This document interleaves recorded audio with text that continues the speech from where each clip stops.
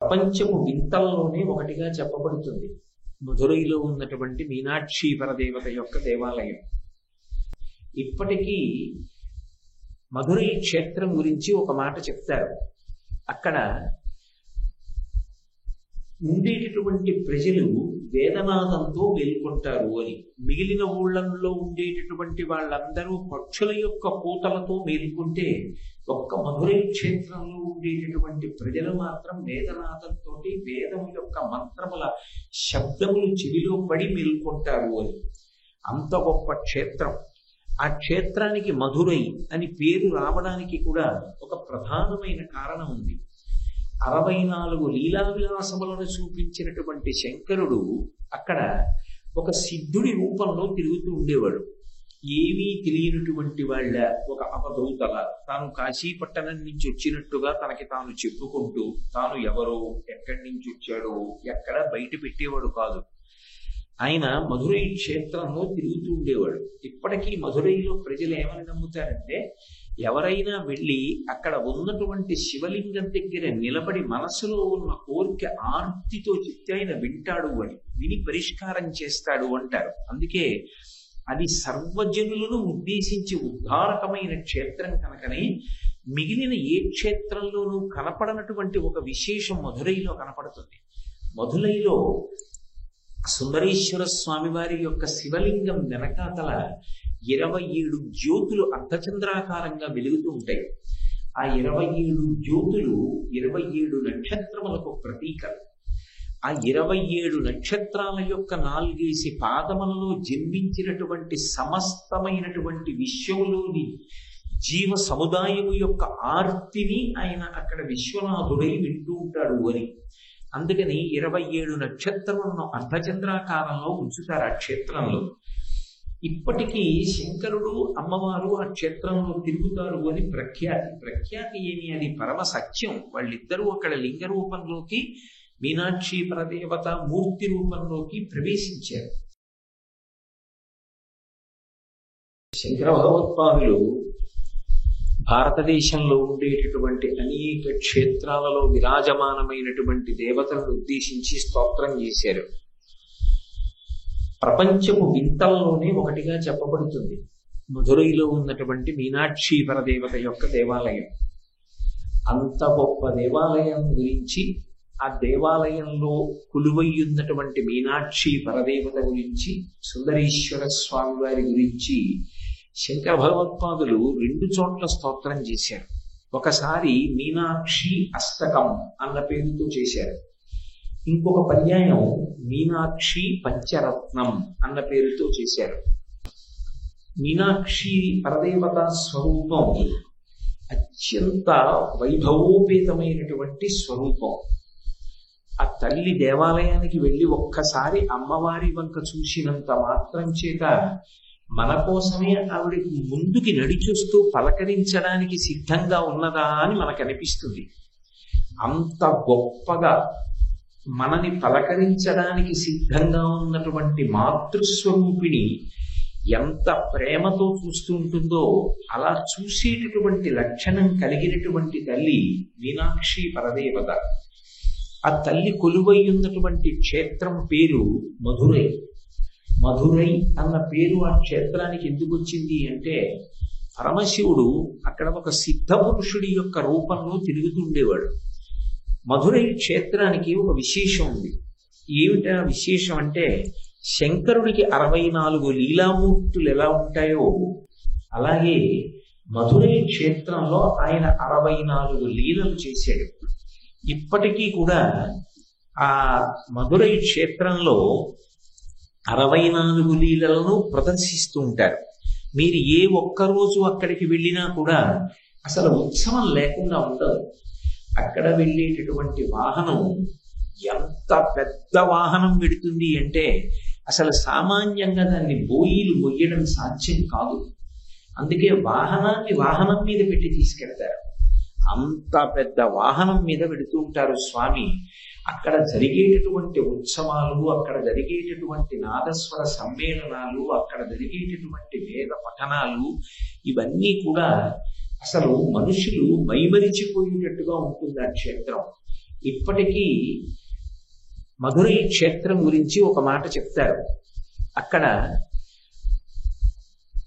ఉండేటటువంటి ప్రజలు వేదనాదంతో మేల్కొంటారు అని. మిగిలిన ఊళ్ళల్లో ఉండేటటువంటి వాళ్ళందరూ పక్షుల యొక్క కూతలతో మేల్కొంటే ఒక్క మధురై క్షేత్రంలో ఉండేటటువంటి ప్రజలు మాత్రం వేదనాదంతో వేదం యొక్క మంత్రముల శబ్దములు చెవిలో పడి మేల్కొంటారు అని. అంత గొప్ప క్షేత్రం. ఆ క్షేత్రానికి మధురై అని పేరు రావడానికి కూడా ఒక ప్రధానమైన కారణం ఉంది. 64 లీలా విలాసములను చూపించినటువంటి శంకరుడు అక్కడ ఒక సిద్ధుడి రూపంలో తిరుగుతూ ఉండేవాడు. ఏమీ తెలియనటువంటి వాళ్ళ ఒక అవధూతల తాను కాశీపట్టణం నుంచి వచ్చినట్టుగా తనకి తాను చెప్పుకుంటూ తాను ఎవరో ఎక్కడి నుంచి వచ్చాడో ఎక్కడ బయట పెట్టేవాడు కాదు. ఆయన మధురై క్షేత్రంలో తిరుగుతూ ఉండేవాడు. ఇప్పటికీ మధురైలో ప్రజలు ఏమని నమ్ముతారంటే, ఎవరైనా వెళ్ళి అక్కడ ఉన్నటువంటి శివలింగం దగ్గర నిలబడి మనసులో ఉన్న కోరిక ఆర్తితో చెప్తే ఆయన వింటాడు అని, విని పరిష్కారం చేస్తాడు అంటారు. అందుకే అది సర్వజనులను ఉద్దేశించి ఉద్ధారకమైన క్షేత్రం కనుకనే మిగిలిన ఏ క్షేత్రంలోనూ కనపడనటువంటి ఒక విశేషం మధురైలో కనపడుతుంది.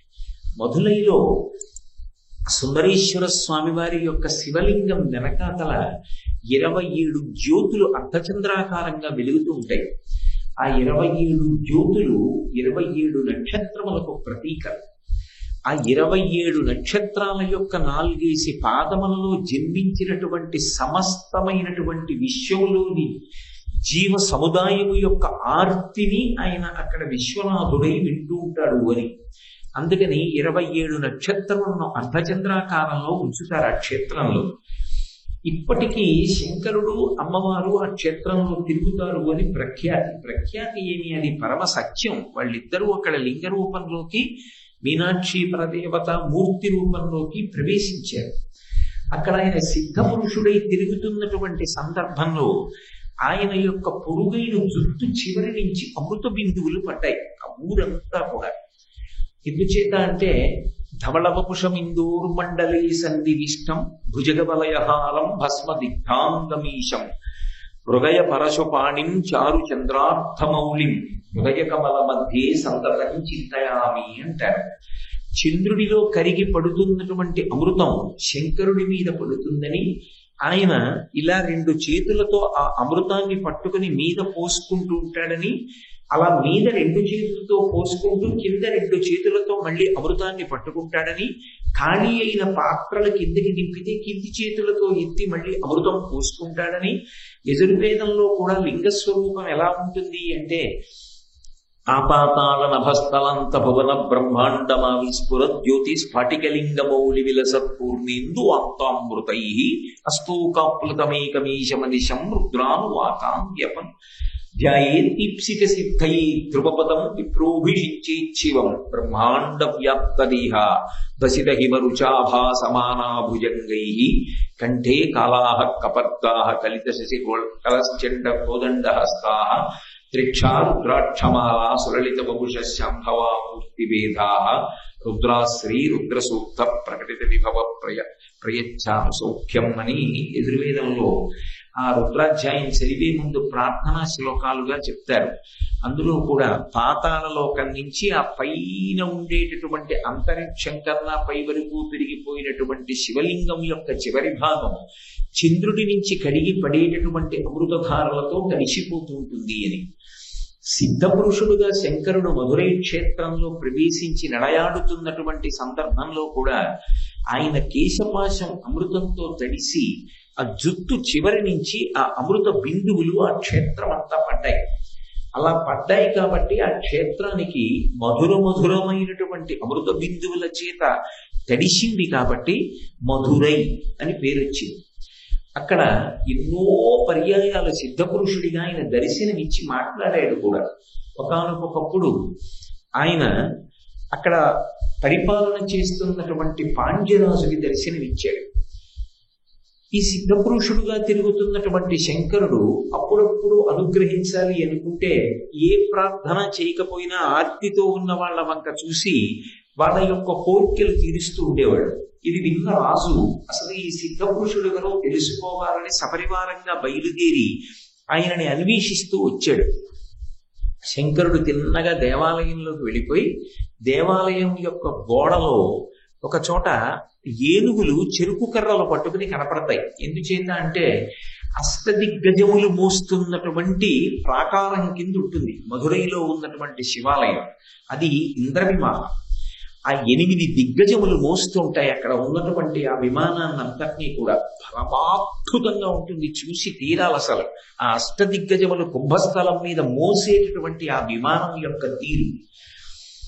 అందులో ఒక చోట ఏనుగులు దేవాలయం యొక్క గోడలో మలచబడి ఉన్నాయి, విగ్రహాలుగా, శిల్పాలుగా. అక్కడ ఒదిగి కూర్చుని ఉన్నాడు ఈ సిద్ధ పురుషుడి రూపంలో ఉన్న శంకరుడు. మహారాజు తన పరివారంతో వెతుకుతూ గోడలో నక్కి కూర్చున్న సిద్ధ పురుషుణ్ణి చూశాడు. ఆగి తేరిపారి చూస్తున్నాడు. కాసేపు ఆగిన తర్వాత సిద్ధ పురుషుడు కనుబొమలు ఎగరేశాడు. నీకేం కావాలి అని అడిగినట్టుగా. ఆయన అన్నాడు, నువ్వు సిద్ధ పురుషుడి విటాడు, నువ్వు ఏవైనా కోరికలు తీరుస్తూ ఉంటాడు, నీ దగ్గర చాలా మహిమలున్నాయట. ఎక్కడి నుంచి వచ్చావు అని అడిగాడు. నేను కాశీ నుంచి వచ్చానన్నాడు. ఆయన అసలు జవాబు చెప్పేవాడు కాదు. అటువంటిది ఆ రోజున మహారాజుకి చెప్పాడు. నేను కాశీ నుంచి వచ్చానన్నాడు. ఎక్కడ ఉంటావు అన్నాడు. అంతటా ఉంటానన్నాడు. మీ తల్లిదండ్రులు ఎవరన్నాడు. నాకు తల్లిదండ్రులు లేరు అన్నాడు. మరి ఏం చేస్తావన్నాడు. నేనందరికీ తల్లిదండ్రులు అవుతూ ఉంటాను అన్నాడు. నన్ను నమ్ముకున్న వారిని అనుగ్రహిస్తూ ఉంటాను అన్నాడు. ఓ అంత గొప్పవాడివా? అయితే అదిగో దేవాలయం గోడ మీద శిల్పం ఉంది కదా ఏనుగు, అది ఊపిరి తీసేటట్టుగా చెయ్యి అన్నాడు. వెంటనే పరమశివుడి సంకల్పానికి ఆ గోడలో ఉన్నటువంటి ఏనుగు ఊపిరి తీసి ఒక్కసారి బయటికి వచ్చింది. బయటికి వచ్చి నిలబడి ఆ రాజు యొక్క పరివారం మీదకి లంఘించింది. వాళ్ళందరూ భయపడి పారిపోయారు. అప్పుడే ఒక రైతు అటుగా వెళుతూ ఈ సిద్ధ పురుషుడికి 4 చెరుకు కర్రలు చేతిలో పెట్టాడు. ఆయన ఆ చెరుకు కర్రలు తీసి ఆ ఏనుగుకి పెట్టాడు. ఆ ఏనుగు తినేసిన తర్వాత మహారాజుకు అర్థమైంది, ఇది ఎవరో కాదు, సాక్షాత్తుగా శంకరుడు సిద్ధపురుషుడి రూపంలో తిరుగుతున్నాడు. మహానుభావ, నన్ను మన్నించండి, ఆ ఏనుగు మళ్ళీ శిల్పంలోకి వెళ్ళిపోయేటట్టు చెయ్యండి, లేకపోతే నా పరివారం భయపడిపోతోందన్నాడు. ఆ ఏనుగు శిల్పంలోకి వెళ్ళిపోయేటట్టుగా చేశాడు శంకరుడు. కానీ ఉద్ధతితో ఆ పరివారం సిద్ధపురుషుడి మీదకి వచ్చే ప్రయత్నం చేశాడు. ఆయన హోంకారం చేసేటప్పటికీ వాళ్ళందరూ చేష్టలుడికి ప్రతిమలై నిలబడిపోయారు. మహారాజుకు అర్థమైంది, నా పరివారం సరిగా అర్థం చేసుకోలేకపోయారు, ఈయన సాక్షాత్ పరమశివుడు అని ఆయన కాళ్ళ మీద పడి ప్రార్థన చేసి, అయ్యా నాకొక్క కోరిక, మీరు శంకరుడు, మిమ్మల్ని ఎంతసేపు చూస్తే తనివి తీరుతుంది, నా కోరిక మన్నించి మీరు ఇందాక పెట్టిన చెరుకు కర్ర తినేసింది కదా ఏనుగు, తినేసిన చెరుకు కర్రని ఏనుగు యథాప్రకారంగా మళ్ళీ నోట్లోంచి పైకి తీసి తొండంతో పట్టుకున్నట్టుగా ఈ విగ్రహం మారేటట్టు చేయండి అన్నాడు. మళ్ళీ ఏనుగు సజీవంగా బయటికి వచ్చి తను తినేసినటువంటి చెరుకు కర్రని పైకి తీసి తొండంతో పట్టుకుంది. మీరు ఇప్పటికీ మధురై వెళితే మధురైలో పరమశివుడి యొక్క ఆలయానికి, ఆ సోమసుందరుని యొక్క దేవాలయానికి ప్రదక్షిణం చేస్తుంటే ఇప్పటికీ శంకరుడు సిద్ధపురుషుడిగా కూర్చున్నటువంటి ఆ స్థితి, ఆ పక్కన ఏనుగు చెరుకు కర్ర పట్టుకున్నటువంటి విగ్రహం ఇప్పటికీ కనపడతాయి. మధురై క్షేత్రం అంత ప్రత్యక్ష స్పర్శ కలిగినటువంటి క్షేత్రం.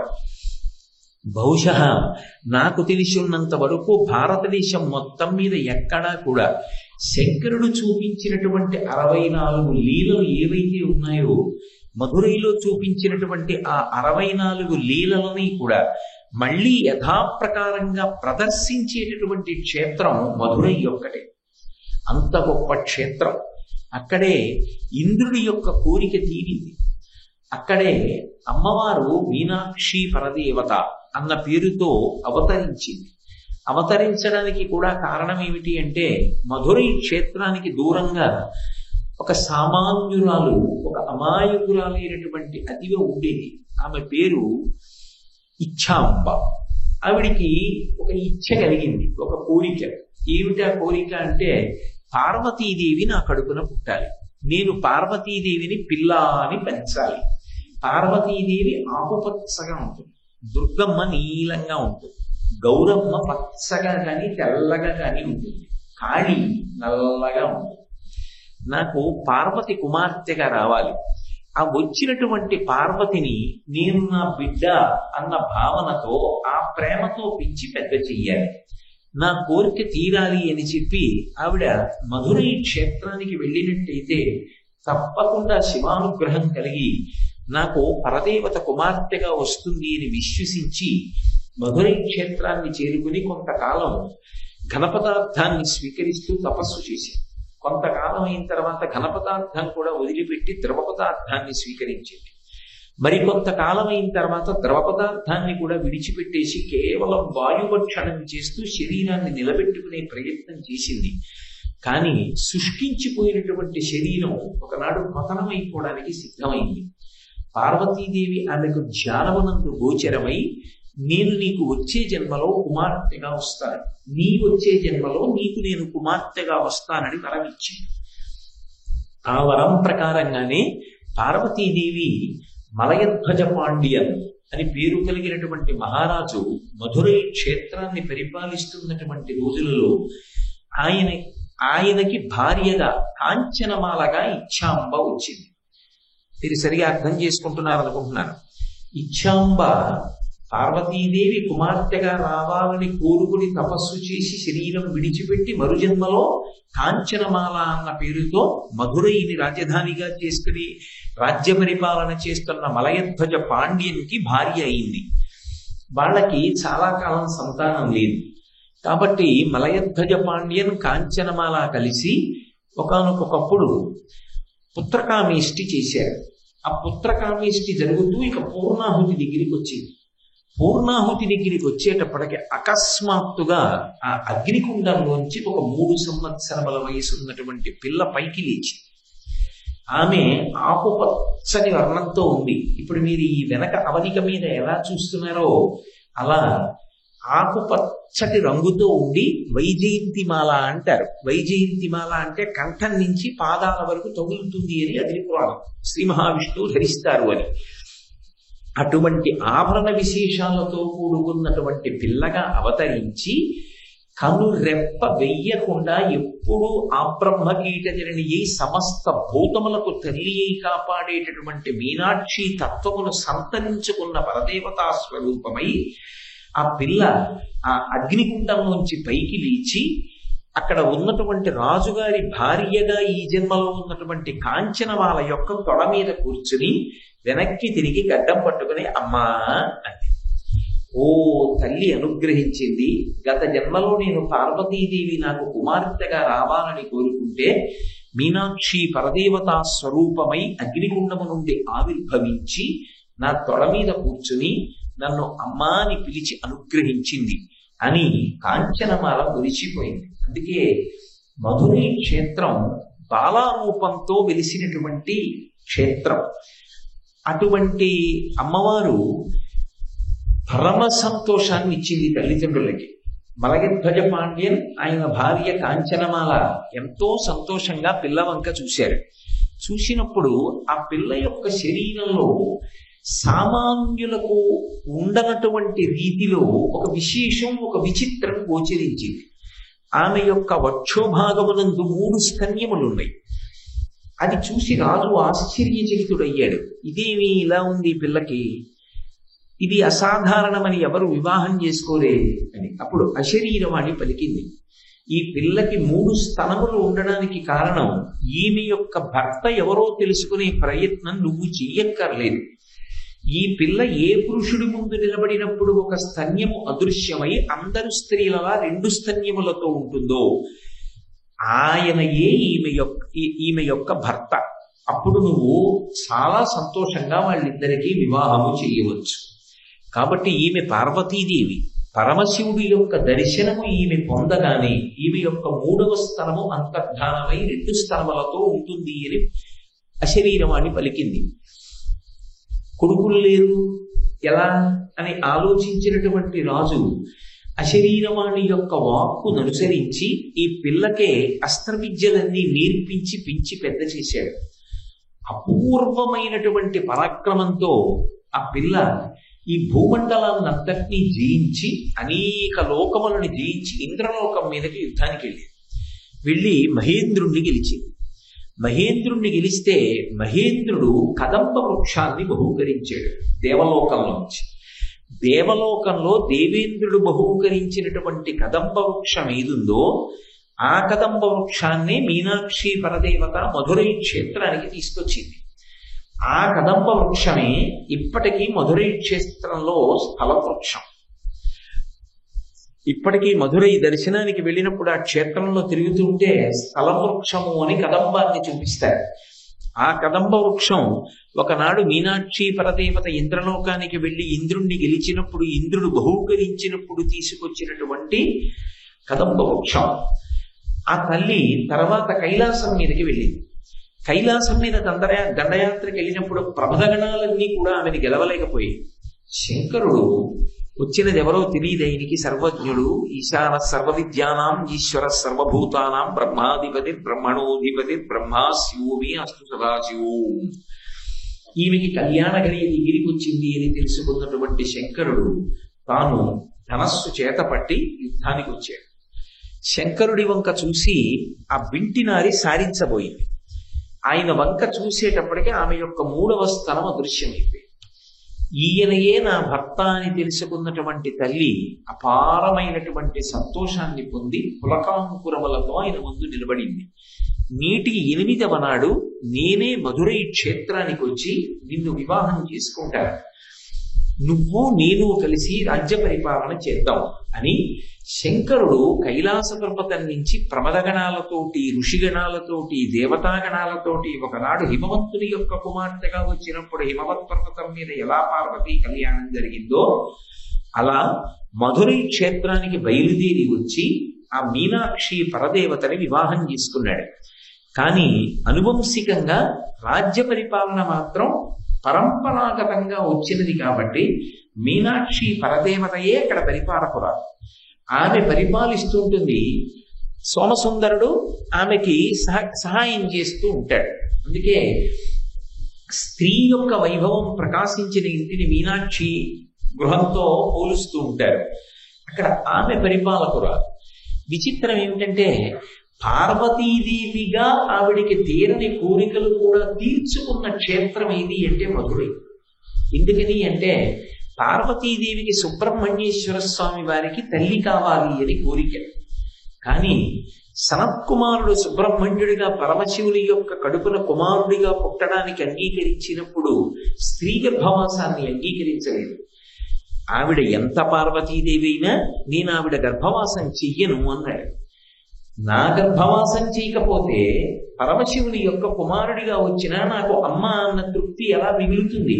పోనీ నా గర్భవాసం చేయకపోయినా కనీసం నువ్వు ఒక్క పని చేయి, నా శరీరము ఒకప్పుడు సరోవర రూపాన్ని పొంది హిమవత్ పర్వతం మీద శరవణ తటాకము అన్న పేరుతో ప్రకాశిస్తోంది.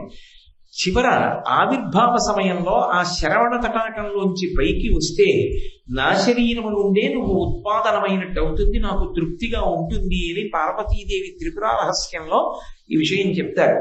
కోరిన మీదట సుబ్రహ్మణ్యావతార సమయంలో శరవణ తటాకంలోంచి ఆయన పైకి లేచినట్టుగా చెప్పబడుతుంది.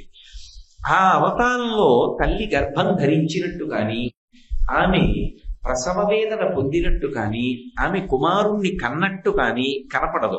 కానీ మీనాక్షి పరదేవత రాజ్య పరిపాలన చాలా కాలం చేసిన తరువాత, అంటే మీనాక్షి సుందరేశ్వరుల కళ్యాణం అయిపోయినటువంటి కొంతకాలానికి ఒకనాడు సుందరేశ్వరుడు అమ్మవారితో అన్నాడు, ఒక స్త్రీ జీవితానికి పరిపూర్ణత ఎప్పుడు బిడ్డలకు తల్లి అయినప్పుడే కదా. కాబట్టి నువ్వు ఎంత రాజ్య పరిపాలన చేస్తున్నా ఉత్తరాధికారి ఒకడు కావాలిగా, రాజ్యానికి వారసుడు, అతనికి యమరాజ్య పట్టాభిషేకం చెయ్యాలిగా. కాబట్టి ఇలా ఎంతకాలం మనం రాజ్య పరిపాలన చేస్తాం, ఎంతకాలం ఇలా ప్రజలకి దర్శనం ఇస్తూ ఉంటాం. కాబట్టి మనం దేవాలయంలో మూర్తులలోకి ప్రవేశిద్దాం. ఆ ప్రవేశించడానికి ముందర నువ్వు గర్భం ధరించి ఒక కుమారుణ్ణి కను, ఆ కుమారుడికి పట్టాభిషేకం చేద్దాం అన్నాడు. పరమ సంతోషాన్ని పొందినటువంటి పార్వతీదేవి నా గర్భమునందు పుట్టవలసిన కుమారుడెవరు అని అడిగింది. ఇంకెవరు? ఒకనాడు సుబ్రహ్మణ్యేశ్వరుడు నీ కడుపున పుట్టలేదని బెగ్గబెట్టుకున్నావుగా, ఆ సుబ్రహ్మణ్యుణ్ణి ఆజ్ఞాపిస్తాను, నీ కడుపున ఉగ్రపాండ్యన్ అన్న పేరుతో కొడుకుగా పుడతాడు. ఆ సుబ్రహ్మణ్యుడికి పట్టాభిషేకం చేసి మళ్ళీ ఆయనకి ఆయుధాలను సమకూర్చి రాజ్య పరిపాలన చెయ్యడానికి కావలసినటువంటి వైభవాన్ని సంతరింపచేసి మనిద్దరం దేవాలయ మూర్తులలోకి ప్రవేశిద్దాం. ఎవరు వచ్చి ప్రార్థన చేసినా వాళ్ళ యొక్క కోరికలు తీరుద్దాం. వాళ్ళు ఏ కోరిక కోరకపోయినా వాళ్ళ అభ్యున్నతికి ఏది అవసరమో దాన్ని కటాక్షిద్దాం. అందుకే ప్రపంచపు వింతలలో ఈ దేవాలయం ఒకటవుతుంది. కాబట్టి నీ కడుపున ఉగ్రపాండ్యన్ అన్న పేరుతో సుబ్రహ్మణ్యుడే పుడతాడు అని వరమిచ్చాడు. ఆ అనుగ్రహ ప్రకారంగానే పార్వతీదేవి గర్భిణి అయి ఆమె ప్రసవ వేదన పొంది సుబ్రహ్మణ్యుణ్ణి ఉగ్రపాండ్యన్ అన్న పేరుతో కొడుకుగా పొంది మాతృత్వాన్ని పరిపూర్ణంగా అనుభవించినటువంటి క్షేత్రం మధురై క్షేత్రం. ఆశ్చర్యం ఏమిటంటే పార్వతీదేవిగా ఆమెకి సీమంతోన్నయనము అవి చేశారో లేదో తెలియదు, ఎక్కడా పురాణాల్లో లేదు. కానీ అందున పరిపాలకురాలు కడుపుతో ఉంది, పరమశివుని ఇల్లాలు మీనాక్షి, ఆమె అగ్నిగుండం నుంచి ఆవిర్భవించింది, గర్భిణి. సుబ్రహ్మణ్యుడు కొడుకుగా పుట్టబోతున్నాడు. ఆమెకి ఎన్ని ఉత్సవాలు జరిగి ఉంటాయో, ఎంత అపురూపంగా చూసి ఉంటారో, ప్రజలెంత మురిసిపోయి ఉంటారో, ఆమె తల్లిదండ్రులు ఎంత ఆనందపడిపోయి ఉంటారో. ప్రత్యక్షంగా ఆవిష్కరింపబడినటువంటి క్షేత్రం మధురై. మధురై ఒక్క పార్వతీదేవికే కాదు సంతోషాన్ని ఇచ్చింది, పార్వతీ పరమేశ్వరులను ఎప్పుడూ నమ్ముకుని ఉండేటటువంటి వాళ్ళకి కూడా అంత సంతోషాన్ని కట్టబెట్టినటువంటి క్షేత్రం మధురై.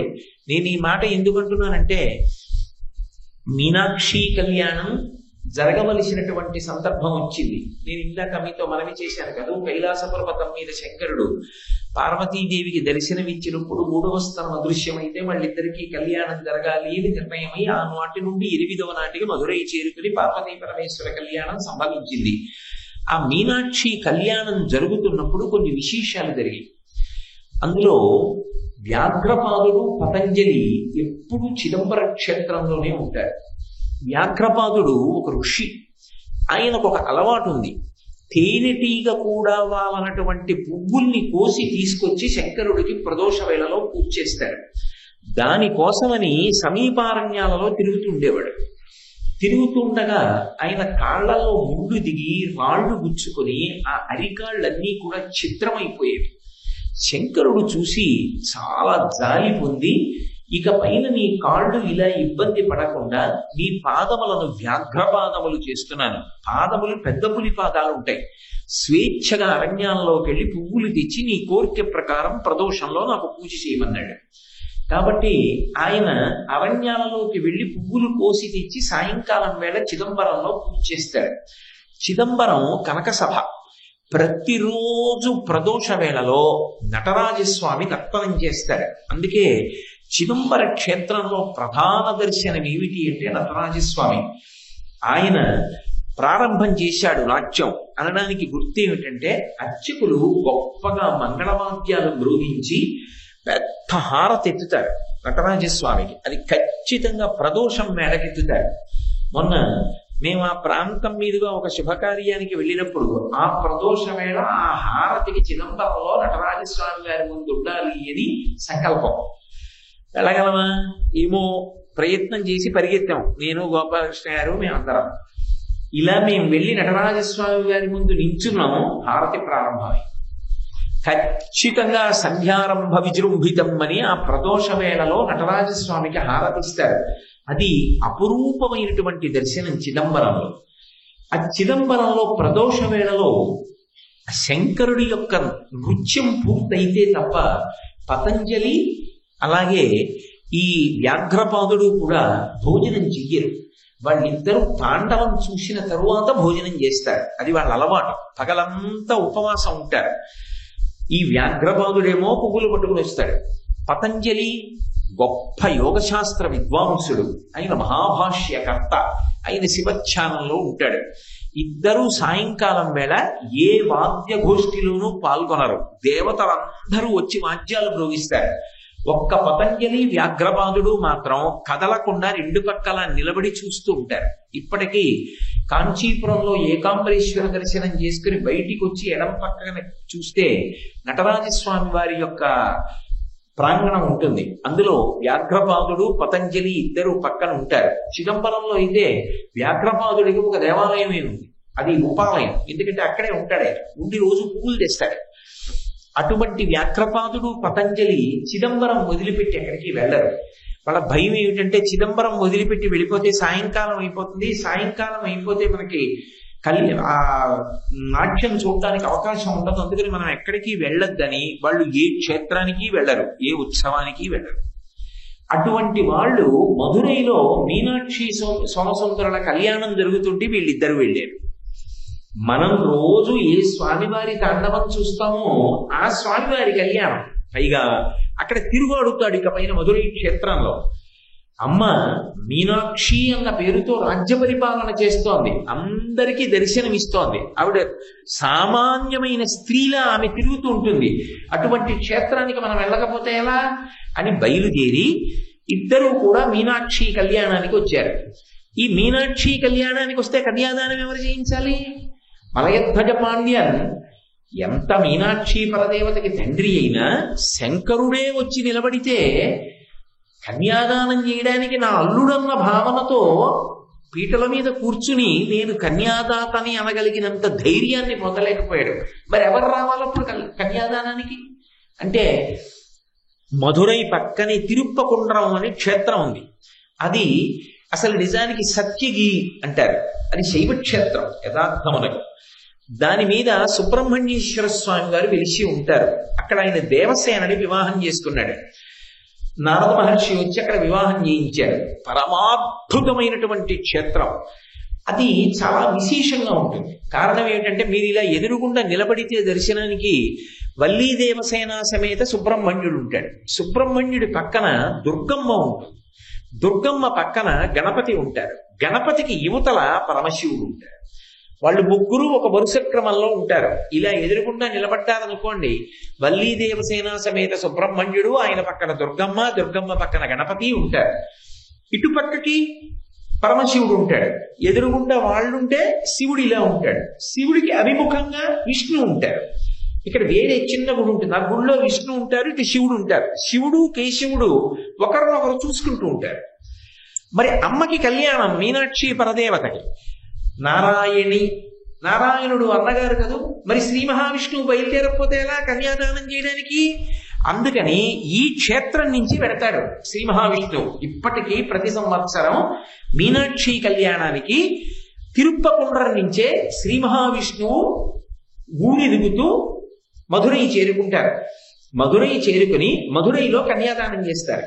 అందుకే ఇప్పటికీ మీరు తమిళనాట సంప్రదాయం ఉంది, ఎక్కడ వివాహానికి శుభలేఖ వేసిన శంకరుడి చేతిలో మీనాక్షి చెయ్యి పెడుతున్నట్టు ఆకుపచ్చగా పాండ్యరాజుల యొక్క కట్టు బొట్టు ఎలా ఉంటాయో అలా ఉంటుంది అమ్మవారు పెళ్లి కూతురుగా.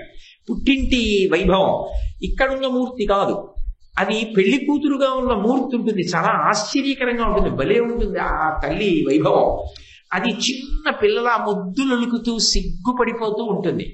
ఆ తల్లికి సుబ్రహ్మణ్య క్షేత్రం తిరుప్పకుండ్రం నుంచి శ్రీ మహావిష్ణువు బయలుదేరి వచ్చారు. మరి అన్నగారు కదా నారాయణ నారాయణి వచ్చి ఆయన కన్యాదానం చేశాడు.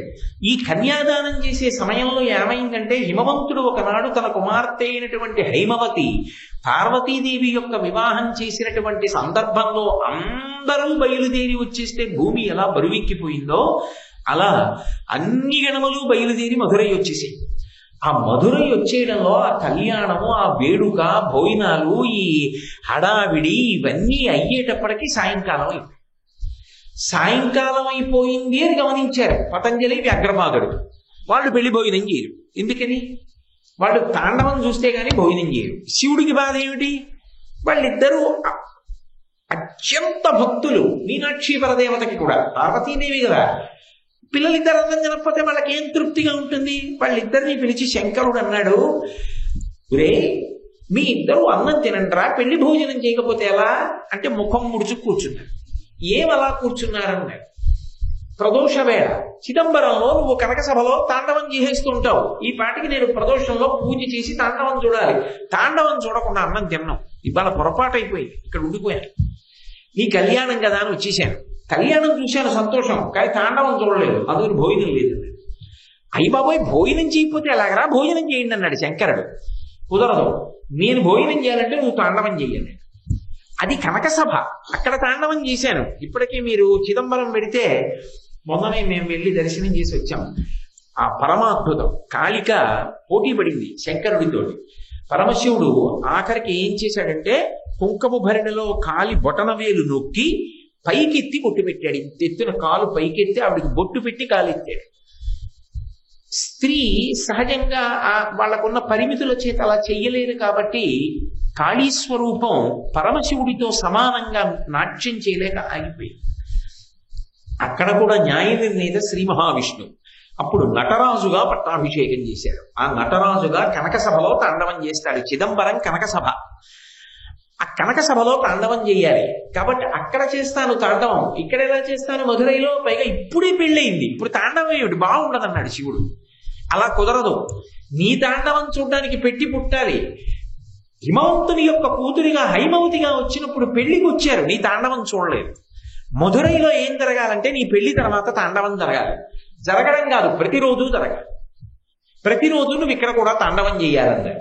మరి ఇక్కడే సభ అన్నాడు. ఇది రజత సభ, ఎందుకంటే ఆ గది అంతా కూడా వెండితో ఉన్నప్పుడు. కాబట్టి రజత సభ, నువ్వు ఇక్కడ తాండవం చెయ్యన్నారు. సరే, మీరిద్దరూ అన్నం తినాలి కాబట్టి తాండవం చేస్తానన్నాడు శంకరుడు. అని మొట్టమొదటిసారి తన భక్తుల కోసం చిదంబరం కనక సభలోనే కాకుండా మధురై రజత సభలో తాండవం చేశాడు. కాబట్టి తన భక్తుల కోసం పార్వతీ పరమేశ్వరుడు తల్లిదండ్రుల్లా ఎంత కిందకి దిగిపోతారో చూపించినటువంటి క్షేత్రం మధురై. మధురైయే కాదు, ఇప్పటికీ 5 చోట్ల తాండవం చేస్తూ ఉంటాడు అని. చిదంబరం కనక సభలో చేస్తాడు, మధురై రజత సభలో చేస్తాడు. అలాగే తిరు ఆలంగాడని అక్కడ రత్న సభలో చేస్తాడు. అలాగే తిరునల్వేలి, అక్కడ అది కేవలముగా రాగితో నిర్మింపబడినటువంటి సభ, అక్కడ చేస్తాడు. అలాగే కుట్రాళం, తిరుకుట్రాళం అంటారు. ఆ కుట్రాళం అన్న చోట మట్టితో నిర్మాణం చేసినటువంటి గోడలతో ఉన్నటువంటి ప్రాంగణం ఉంటుంది, అక్కడ తాండవం చేస్తాడు. ఈ 5 కూడా వరుసగా కనక సభ, రజత సభ, రత్న సభ, రాగి సభ, పృథివీ సభ, మట్టి సభ అని 5 సభలు. ఈ 5 సభలలో శంకరుడు తాండవం చేస్తాడు అని. ఇందులో మధురైలో ఈ వ్యాఘ్రపాదుడు పతంజలి కోసమని వాళ్ళు అన్నం తినాలని అప్పుడే పెళ్లి చేసుకున్నటువంటి పెళ్లి కొడుకు గొప్ప తాండవం చేసి చూపించాడు. అందుకే ప్రతిరోజు కూడా ఇప్పటికీ చెప్తారు పెద్దలు, ఆ యోగ దృష్టి కలిగినటువంటి వాళ్ళు, ఆ పరమ భక్తి కలిగినటువంటి వాళ్ళు ఆ రజత సభలోకి ప్రవేశించినప్పుడు సాయంకాలం వేళ పరమశివుని యొక్క తాండవం దర్శనం అవుతుంది అంటారు.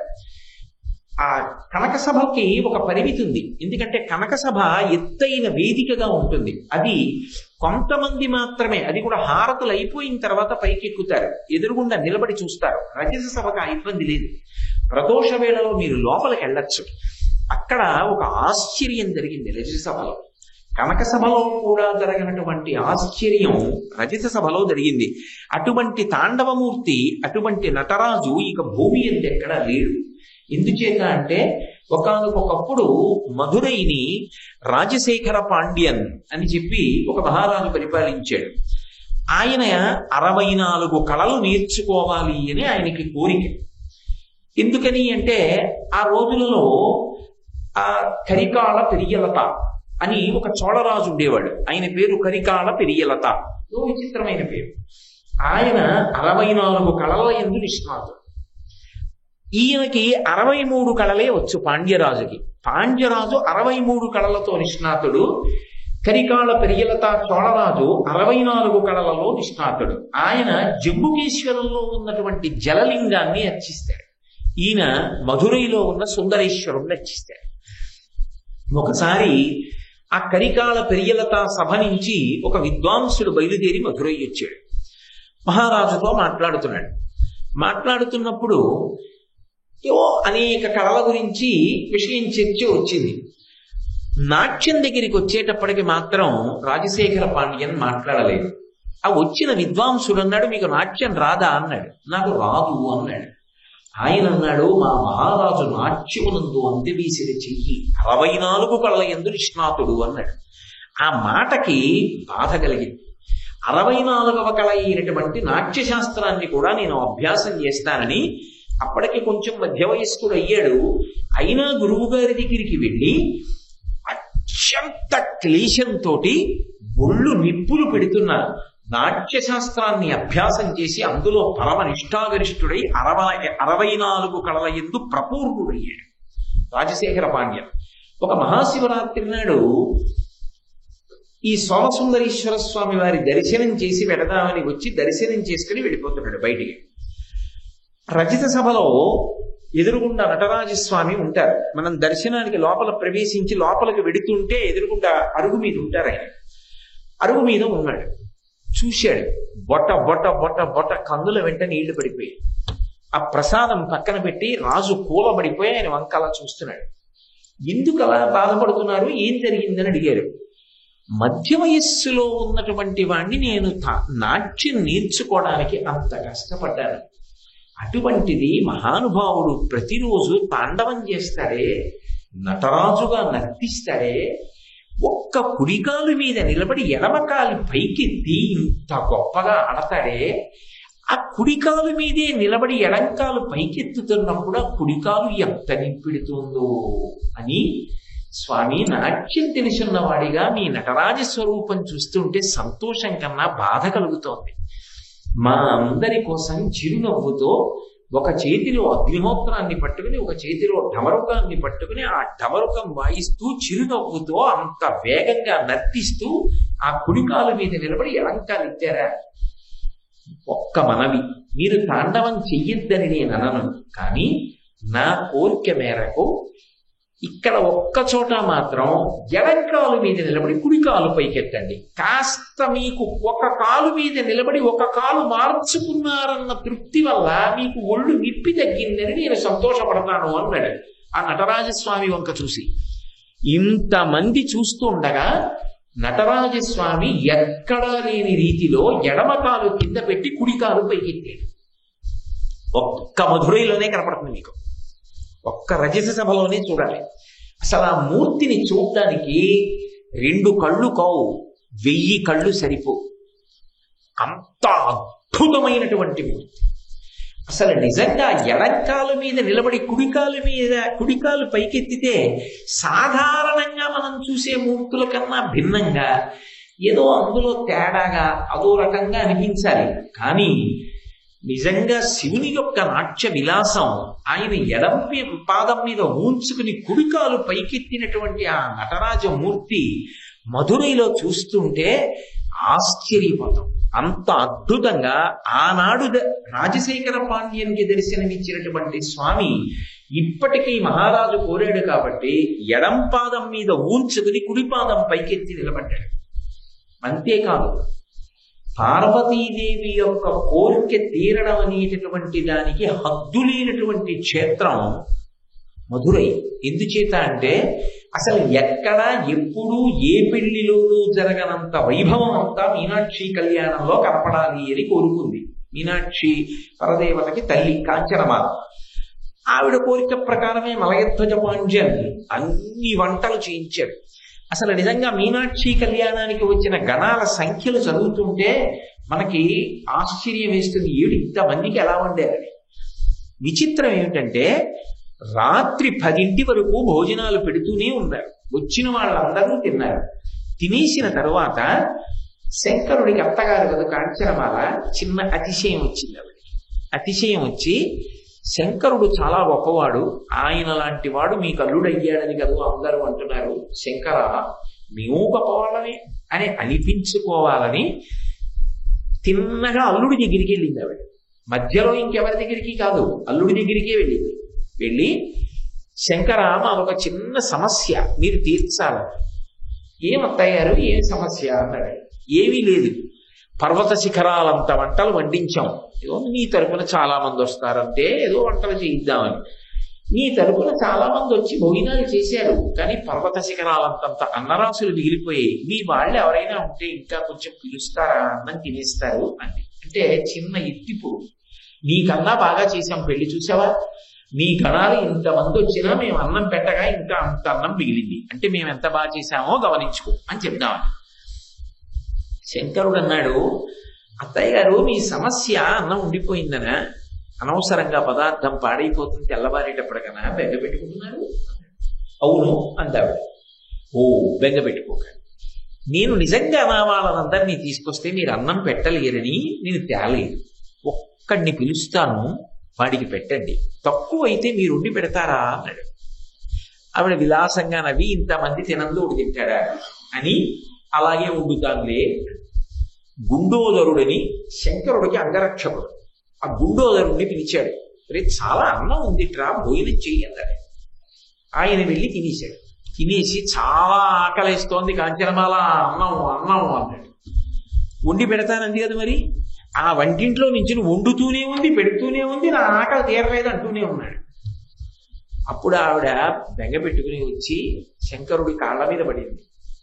అల్లుడు గారు, నేను ఏదో అక్కర్లేని అతిశయానికి పోయి మీ దగ్గర అన్నాను, అందరూ వద్దులేండి ఒక్కడిని పంపిస్తానన్నారు. ఆ గుండోదరుడే ఇలా తింటే మీరు నిజంగా తలుచుకుని అలాంటి వాళ్ళని అందరినీ పంపిస్తే మా బ్రతికి ఏమైపోవాలి, మేము బయటపడిపోకుండా ఉండడానికి కోసమని కొంచెం జాగ్రత్తగా తినే వాళ్ళని తీసుకొచ్చారని మాకు అర్థమైంది.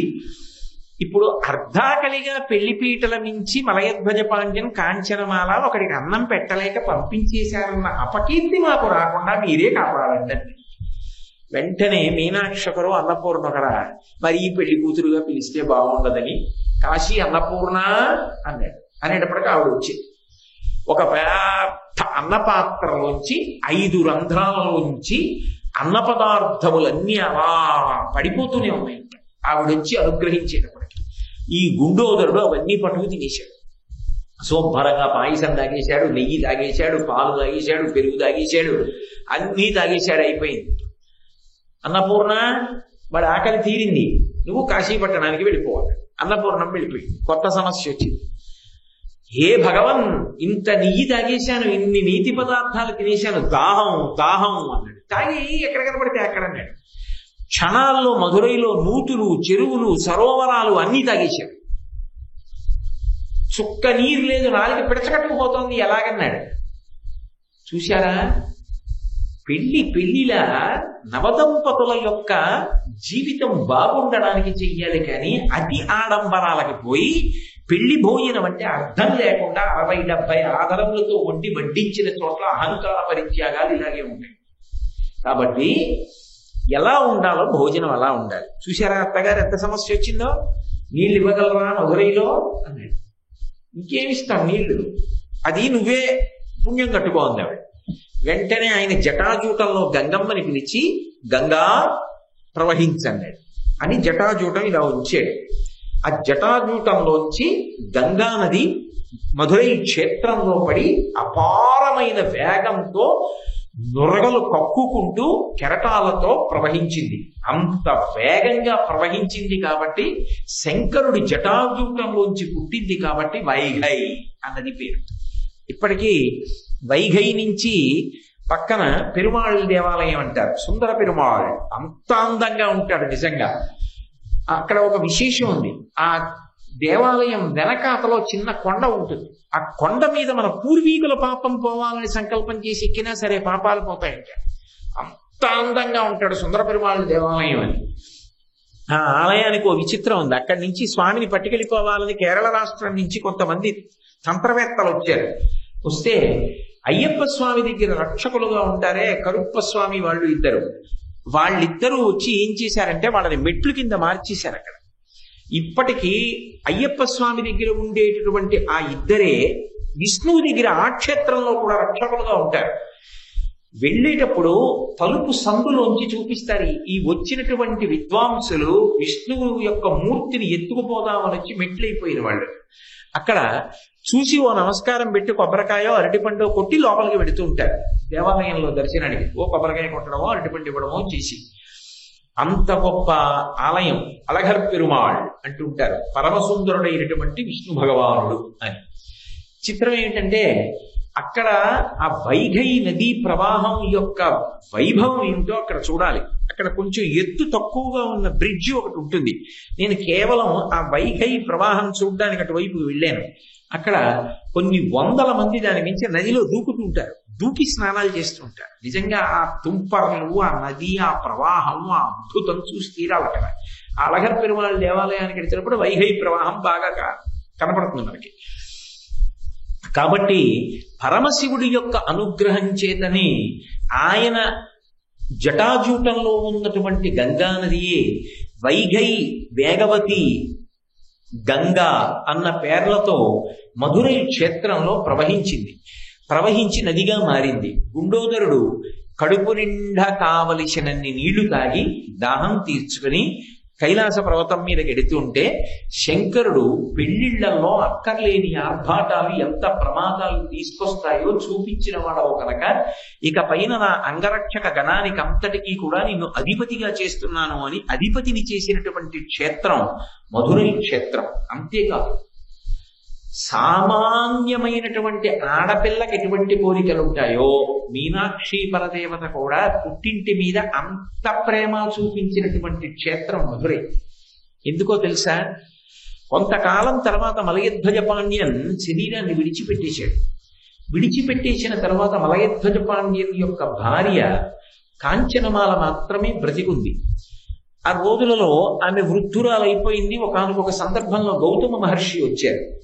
గౌతమ మహర్షి వచ్చి ఆమెకి వేదాంత బోధ చేశారు. ఆమెకి ఎందుకో అదంతా విన్న తరువాత ఒక కోరిక పుట్టింది.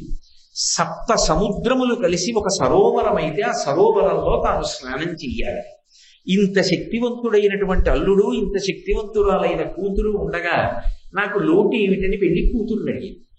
కూతురండి, మీ అల్లుడు గారికి నదులు వ్యవహారాలు అన్ని ఆటపట్టు, గంగే ఆయన జటాజూటంలో ఉంటుంది, ఆయనకి చెప్తానమ్మా, నీ కోరిక తప్పకుండా తీరుస్తారండి. కూతురుగా వచ్చినందుకు సామాన్యమైన ఆడపిల్ల ఎలా అమ్మ కోరిక తీరుస్తుందో అలా అమ్మ కోరిక తీర్చినటువంటి క్షేత్రం మధురై. అందుకే ఇప్పటికీ మధురైకి ఒక విశేషమైన పేరుంది, కన్యనాడు అని పిలుస్తారు. ఎందుకంటే కన్యకామణిగా ఉన్నటువంటి మీనాక్షి చేత పరిపాలింపబడిన క్షేత్రం కాబట్టి కన్యనాడు అని పేరు ఆ క్షేత్రానికి. వెళ్ళి శంకరుడితో చెప్పింది, మా అమ్మకి కోరికుంది, 7 సముద్రములు కలిసి సరోవరం అయితే అందులో స్నానం చెయ్యాలని కోరుకుంటోంది, మీరు మా అమ్మని అనుగ్రహించండి. అల్లుడు అత్తమామల పట్ల ఎంత గౌరవంతో ఉండాలో, ఎంత ప్రేమ చూపించాలో నిరూపించి చూపించాడు శంకరుడు. అందుకని ఆయన ఏం చేశాడంటే 7 సముద్రములను పిలిచి మీరు ఇక్కడ ఒక సరోవరంగా మారండి అన్నాడు. అంటే 7 సముద్రములు సరోవరం అయ్యాయి. సప్తసాగర సరోవరం అని పిలుస్తారు ఇప్పటికీ ఆ సరోవరాన్ని. ఆ సరోవరంలో స్నానానికి వెళ్ళింది కాంచనమాల.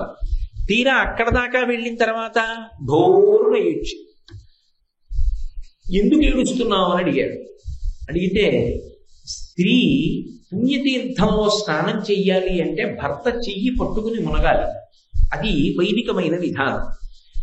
భర్త ఏ కారణం చేతనైనా అలా స్నానం చెయ్యడానికి అవకాశం ఇవ్వకపోతే, అంటే ఆయన రాకపోతే, లేదా ఆయన అసలు శరీరంతో లేకపోతే, అప్పుడు కడుపున పుట్టినటువంటి కొడుకు చెయ్యి పట్టుకుని మునగాలి. కొడుకు రాక, భర్త రాక, ఇద్దరూ రాకపోతే ఒక ఆవు దూడని చూసుకుని దాని తోక పట్టుకుని మునగాలి తీర్థంలో. కాబట్టి నాకు కొడుకులు లేదు, భర్త గారు శరీరం విడిచిపెట్టేశారు, నేను ఒక ఆవు దూడ తోక పట్టుకుని సప్తసాగర సరోవరంలో మునుగుతాను, కాబట్టి ఒక్క ఆవు దూడని తెప్పించమ్మా అంది కూతురు వంక చూసి. మీనాక్షి పరదేవత అలవోకగా సుందరేశ్వరుడి వంక చూసింది. సుందరేశ్వరుడు అన్నాడు, అత్తయ్య గారు, మీరు స్నానం చేయడానికి ఆవు దూడెందుకు, మావయ్య గారిని పిలిపిస్తాను స్వర్గలోకం నుంచిని ఆజ్ఞాపించి స్వర్గలోకం నుంచి మలయధ్వజ పాండ్యన్ని మళ్ళీ మధురై క్షేత్రానికి దింపిన క్షేత్రం మధురై. మళ్ళీ సశరీరుడై మలయధ్వజ పాండ్యం కిందకు వచ్చాడు. అప్పుడు మళ్ళీ సువాసిని శోభతో ఆ కాంచనమాల భర్త చెయ్యి పట్టుకుని సప్తసాగర సరోవరంలో మునిగి పైకి లేచింది. లేచిన తరువాత ఆమె ఇక పైన భర్త లేకుండా భూమి మీద ఉండడం నాకు ఇష్టం లేదు అని తన కోరిక విలిబుచ్చితే పరమశివుడు దివ్యమైనటువంటి పల్లకీలో ఆ దంపతులు ఇద్దరినీ కూడా కైలాస పర్వతానికి తన ఆవాసానికి పంపించాడు. అత్తమామల పట్ల అంత గౌరవం చూపించినటువంటి క్షేత్రం మధురై క్షేత్రం. మధురై వెళ్ళినప్పుడు మీరు నిజంగా ఇవన్నీ చూస్తే అసలు ఆ తిరుప్పకుండ్రం, ఆ శ్రీ మహావిష్ణువు ఆయన బయలుదేరి రావడం, అక్కడ జరిగేటటువంటి కళ్యాణ విధానం, అక్కడ జరిగేటటువంటి అర్చన, అక్కడ జరిగే ఏకాంత సేవ, అక్కడ వెళ్ళే వాహనాలు, అక్కడ జరిగేటటువంటి నాదస్వర గోష్ఠి, అక్కడ జరిగేటటువంటి వేదం, అవన్నీ చూస్తూ ఉంటే మనం భూలోకంలో ఉన్నామా కైలాసంలో ఉన్నామా అనిపిస్తుంది. నిజంగా ఆ క్షేత్రం యొక్క శిల్పకళా సౌందర్యం కూడా అసలు ఎవ్వరూ నోటితో చెప్పలేరు. ఏ క్షేత్రంలో భారతదేశంలో నేను చూడవాలి, ఒక్క మధురైలోనే ఒక విశేషం ఉంటుంది. ప్రసవతాయి అని స్తంభంలో ఉంటుంది. అప్పుడే ప్రసవమైనటువంటి దేవతా స్వరూపంగా ఉంటుంది అమ్మవారు. ఒక గుడ్డ అడ్డంగా కట్టి ఉంచుతారు. బహుశా బిడ్డలు లేని వారు అటువంటి స్థితిని పొందాలి అని ప్రసవతాయి దర్శనం చేస్తారు. వెళ్ళి ఎర్రటి బట్ట అడ్డు కట్టి ఉంచుతారు. అమ్మవారి ముఖం కనపడుతుంటుంది. ఆ ప్రసవ వేదన పడి బడలిపోయినటువంటి అమ్మవారి రూపం కనపడుతుంటుంది. అబ్బో, ఊర్ధ్వతాండవమూర్తి, త్రిపుర సంహారమూర్తి, ఆ భైరవమూర్తులు, ఆ నందీశ్వరుడు, విఘ్నేశ్వరుడు అసలు చూసి తీరాలి. అవి నేను నా నోటితో చెప్పడం ఒక్కటి సరిపోయేటటువంటి అవకాశం లేదు. కానీ ఇందులో నేను అవకాశం ఉంటే మధురైలో ఉండేటటువంటి కొన్ని పరమాద్భుతమైనటువంటి విషయాలు ఈ ప్రవచనాలు పూర్తయిపోయిన తర్వాత స్క్రీన్ మీద చూపించే ఏర్పాటు చేయిస్తారు. మనకి దక్షుడైన వ్యక్తి గోపాలకృష్ణ గారు ఉన్నారు కాబట్టి వేరు వేరు మార్గాల గుండా దాన్ని మీకు అందరికీ చూపించే ప్రయత్నం చేస్తాను. దానివల్ల మీరు ఈ మాట మధురై వెళ్ళినప్పుడు బాగా అనుభవించి చూసి రాగలుగుతారు. కాబట్టి ఒకప్పుడు పరమశివుని యొక్క అత్తగారి కోరిక తీర్చి అత్తగారికి మామగారికి కైవల్యం ఇచ్చినటువంటి క్షేత్రం మధురై. అంతేకాదు, ఒక కొంగకి కూడా అక్కడ మోక్షం ఇచ్చాడే. సరస్వతీ తీర్థం అని ఇప్పటికీ బంగారు కమలం ఉంటుంది అందులో. విచిత్రం ఏంటంటే పరమశివుడి యొక్క శాసనం, అందులో జల సంబంధమైనటువంటి కీటకములు కానీ జలచరములు కానీ ఉండవు ఆ సరోవరంలో. పూర్వం ఎవరైనా కవిత్వం రాస్తే ఇది ప్రపంచానికి పనికొస్తుందా, ఇందులో ప్రపంచానికి అందించవలసినటువంటి సారం లేదు, ఇది కేవలంగా పక్కన పెట్టేయవలసిన విషయం అని అనిపిస్తే పరీక్ష కోసం ఆ కోనేటి దగ్గరికి తీసుకెళ్లేవారు. ఆ కోనేటిలో పుస్తకాన్ని పెడితే ఇది ప్రపంచానికి అందవలసినది అంటే ఆ పుస్తకం తేలి ఉండేది. ఇది అక్కర్లేదు అనుకుంటే ఆ పుస్తకం మునిగిపోయేది. ఆ సరస్వతి కోనేటిలోనే పరీక్ష చేస్తూ ఉండేవారు. ఎన్నో రకాలుగా ఎన్నో అద్భుతాలను ఆవిష్కరించినటువంటి క్షేత్రం మధురై క్షేత్రం. అటువంటి మధురై క్షేత్రంలో ఉన్నటువంటి ప్రధానమైనటువంటి దేవతా స్వరూపం మీనాక్షి పరదేవత. నేను మీతో మనవి చేసి ఉన్నాను కదా, నేను చూసినంత వరకు భారతదేశం మొత్తం మీద ఏ శైవ క్షేత్రంలో కూడా శంకరుడు చేసినటువంటి ఆ క్షేత్రంలో చేసినటువంటి 64 లీలలను యథాతథంగా ప్రదర్శించే క్షేత్రం మధురై ఒక్కటే. ఇప్పటికీ మీరు మధురై ఆ సమయంలో వెడితే శంకరుడు చేసినటువంటి లీలలను చూడవచ్చు. 64 లీలలను చేస్తారు. దానికోసం ఎక్కడెక్కడి నుంచో వచ్చి ఉండిపోతారు మధురైలో. ఉండిపోయి ఒక 2 నెలలు ఉండి 64 లీలలు చూస్తారు. అసలు ఆయన వెళ్ళేటటువంటి శిబిక, ఆయన వెళ్ళే వాహనం చూడడానికి 2 కళ్ళు సరిపోవు. నేనైతే ఆయన ఒక వాహనం మీద వెళుతున్నప్పుడు చూసి నాకు గగుర్పాటు చెందారు.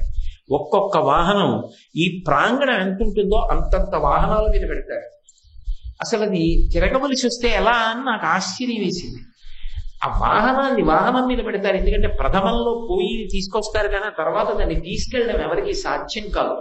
అసలు ఆ దేవాలయ నిర్మాణం ఆ కులశేఖర పాండ్యన్ అలా ఎలా చేశాడో అర్థం కాదు. ఎంతమంది రాజులు పెట్టారో తర్వాత అమ్మవారు 3 సంవత్సరాల పిల్లగా బయటికి వచ్చింది. ఇప్పటికీ బాలాస్వరూపంగా క్షేత్రంలో అలాగే తిరుగుతుంది. నన్ను నమ్మండి, శంకరుడు మీనాక్షి పలికేటటువంటి క్షేత్రం మధురై.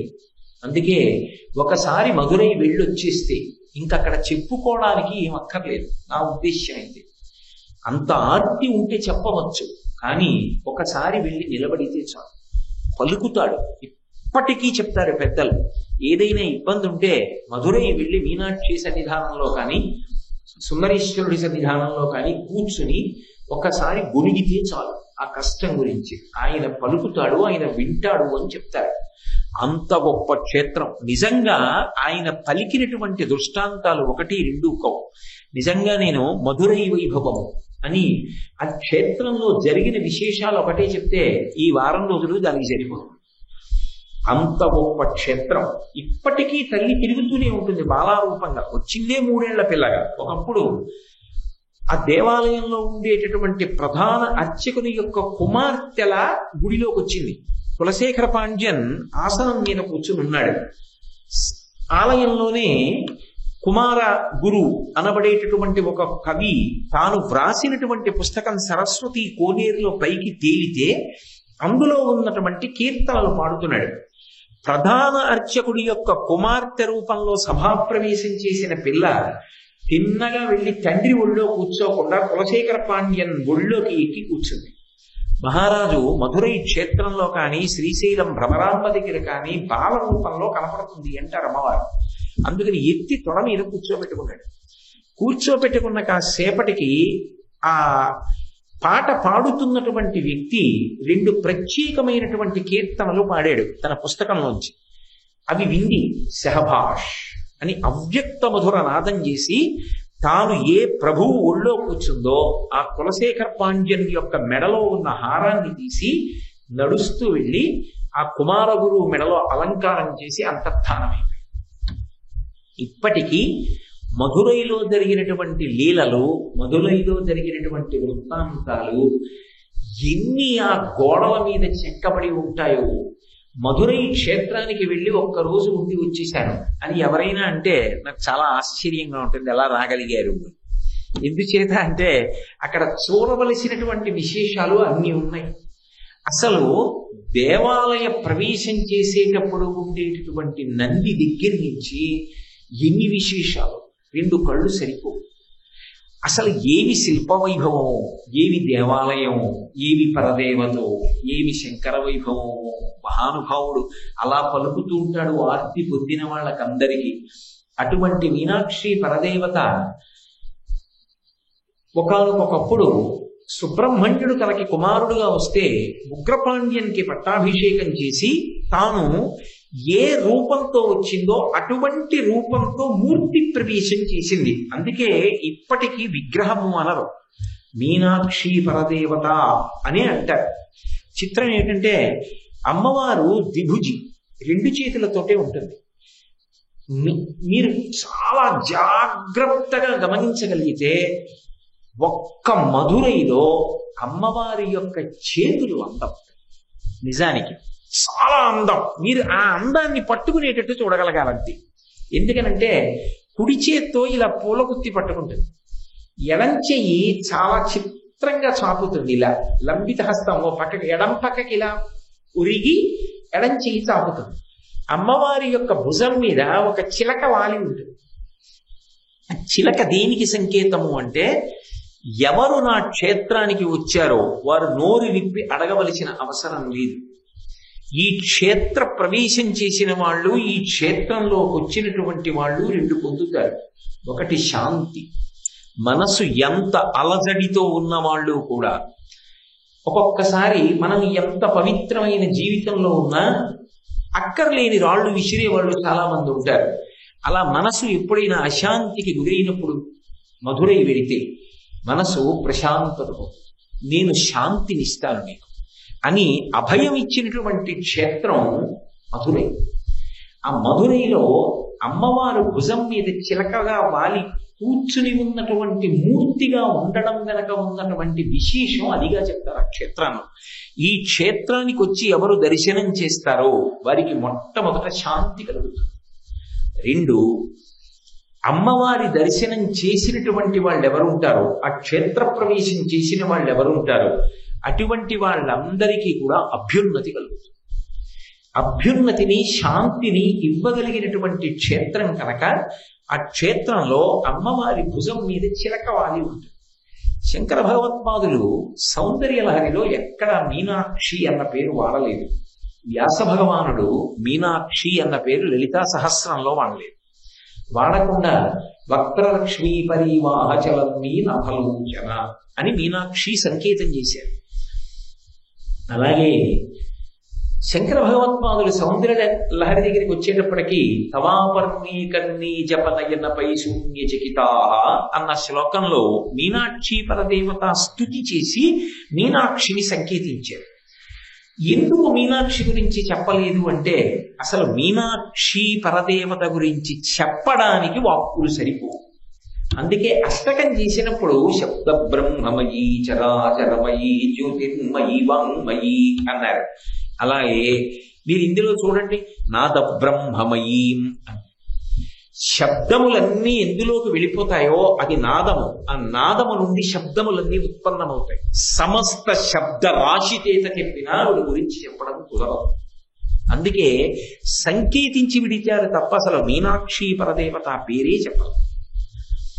అంత గొప్ప తల్లి విశేషం ఏమిటంటే మీరు స్పష్టంగా చూడగలిగితే ఆ దేవాలయంలో కళ్ళు రెండు తెరిచి ఇలా రెప్ప వెయ్యకుండా ఎంతసేపైనా తెరిచి నిలబడి మీ గురించి ఎదురు చూస్తున్నట్టుగా కనపడుతుంది ఆవిడ.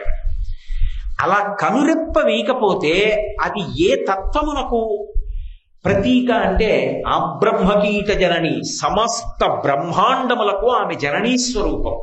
ఆమె కనురెప్ప వేసిందనుకోండి బ్రహ్మాండములు లైవైపోతాయి. ఉన్మీష నిమిషోత్పన్న విపన్న భువనావళి. అందుకే కనురెప్ప వెయ్యకుండా నిలబడితే పరదేవతా స్వరూపం సమస్త బ్రహ్మాండముల యొక్క సృష్టికర్త స్థితికర్త ప్రళయకర్త అయినటువంటి పరబ్రహ్మస్వరూపంగా పరిపాలకురాలుగా ఏ తల్లి శ్రీమాత శ్రీ మహారాజ్ఞి శ్రీమత్ సింహాసనేశ్వరి అయి ఉంటుందో అటువంటి వైభవం కంటి చూపు యందు ప్రకాశింపచేసేటటువంటి తల్లి మీనాక్షి పరదేవత. అటువంటి మీనాక్షి పరదేవత గురించి శంకర భగవత్పాదులు ఒకసారి అష్టకంగా వర్ణించారు, ఒకసారి పంచరత్నంగా వర్ణించారు. ఇప్పుడు మనం ఈ సంవత్సరం శారదా నవరాత్రి ఉత్సవాల సందర్భంగా ఒకసారి అనుకుంటున్నది మీనాక్షి పంచరత్న స్తోత్రం. ఇందులో మీరు ఒక్కటి గమనించండి, రత్నములు ఎన్ని? నవరత్నములు అంటాం. రత్నములు నవరత్నములైతే మరి పంచరత్నములు ఏమిటి? మరి పంచరత్నములు అన్నాను అనుకోండి, నవరత్నములలో ఏ 5 పంచరత్నములు, మిగిలిన 4 ఏవి రత్నస్థాయి లేనివి. అప్పుడు మరి నవరత్నములు పంచరత్నములు కూడా ఉంటే 4 కానివేవి, మరి అవి రత్నస్థాయి ఎలా పొందాయి నవరత్నాల్లో అంటే? దీన్ని అగ్ని పురాణంలో వైజయంతిమాల గురించి చెప్తారు. ఇవి పంచరత్నములు అని ఎక్కడైనా అన్నారనుకోండి, దానికి ఒక విశేషార్థం ఉంటుంది. దాని విశేషార్థం ఏమిటంటే అసలు ఈ సమస్తమైనటువంటి చరాచర జగత్తు ఏ తేజస్సుతో నిండిపోయిందో దాన్ని ఒక స్తోత్ర రూపంలోకి తీసుకొచ్చి శబ్ద రూపంలో ప్రతిపాదన చేస్తే దాన్ని పంచరత్నములు అని పిలుస్తారు. ఎందుకని అంటే 9 రత్నాలు ఉన్నా 5 మాత్రం పంచభూతాలకి సంబంధించినటువంటి రత్నాలుగా ప్రతిపాదిస్తారు. పృథివీ ఆపస్తేజో వాయు ఆకాశములు, ఇదే బ్రహ్మాండం. బయట ఏముంటుంది? మట్టి ఉంటుంది, నీరు ఉంటుంది, నిప్పు ఉంటుంది, గాలి ఉంటుంది, ఆకాశం ఉంటుంది. ఇందులో ఏముంది?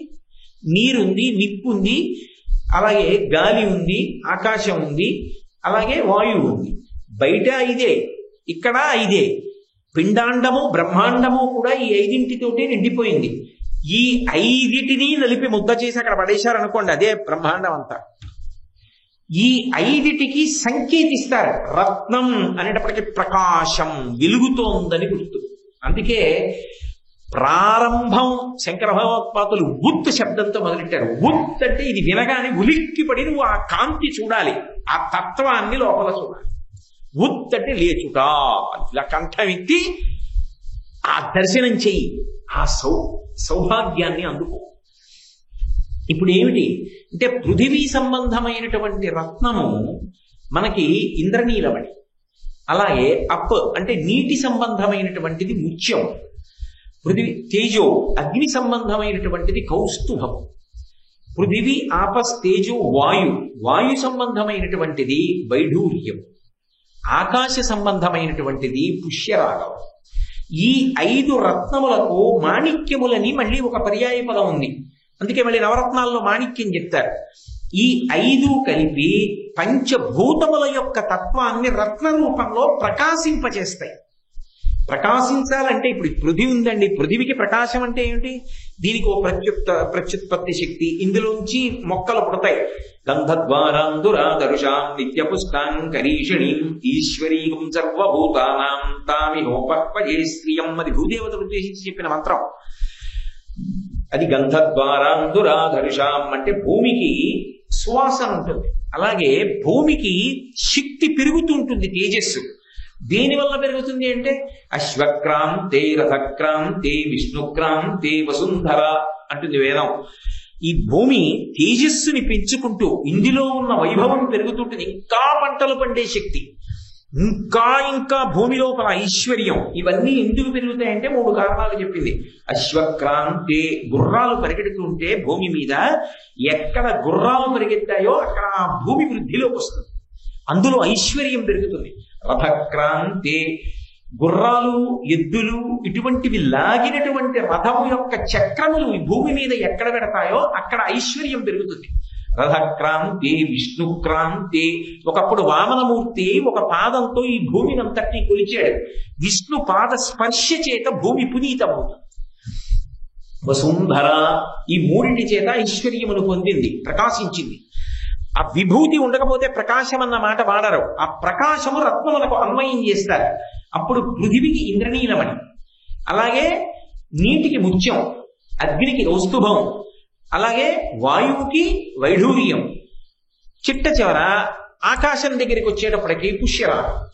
ఈ 5 రత్నములు, ఈ 5 రత్నములు పిండాండ బ్రహ్మాండ స్వరూపమైనటువంటి ఈ సమస్తమైనటువంటి బ్రహ్మాండములో ఉన్నటువంటి తేజస్సుని ప్రకాశింపచేస్తున్నాయి. అమ్మవారు ప్రకృతి స్వరూపిణి. ప్రకృతి స్వరూపిణి అయినటువంటి అమ్మవారు ఈ అండాండము ఈ బ్రహ్మాండ పిండాండ కలిసిపోయినటువంటి ఒక గొప్ప సమిష్టి స్వరూపమునందున్నటువంటి తేజస్సు. దానిని ప్రకాశింపజేస్తున్నాను, నువ్వు అందుకో, పట్టుకో లోపల. ఒక్క మాట ఇందులో పట్టుకున్నా నీకు మీనాక్షి పరదేవత అనుగ్రహం కలుగుతుంది, సోమసుందరుడి యొక్క అనుగ్రహం కలుగుతుంది. అటువంటి రత్నములు నీ చేతిలో పెడుతున్నాడు. ఇప్పుడు ఏం చేయాలి? ఆ రత్నాలు మాల గుచ్చి మెడలో వేసుకోవాలి. అంటే మెడలో వేసుకున్నారు అన్న మాటకేమిటి? కంఠమాల, కంఠమునందు వేసుకున్నారు అంటే ఏమిటి? ఇది కంఠగతము కావాలి. అందుకు మీ అందరికీ ప్రతులు ఇచ్చినది. ఇది కేవలం ప్రవచనానికి కాదు, చదువుకుంటూ ఉండాలి. చదువుకుంటూ ఉంటే ఆవిడ అనుగ్రహం కలుగుతుంది.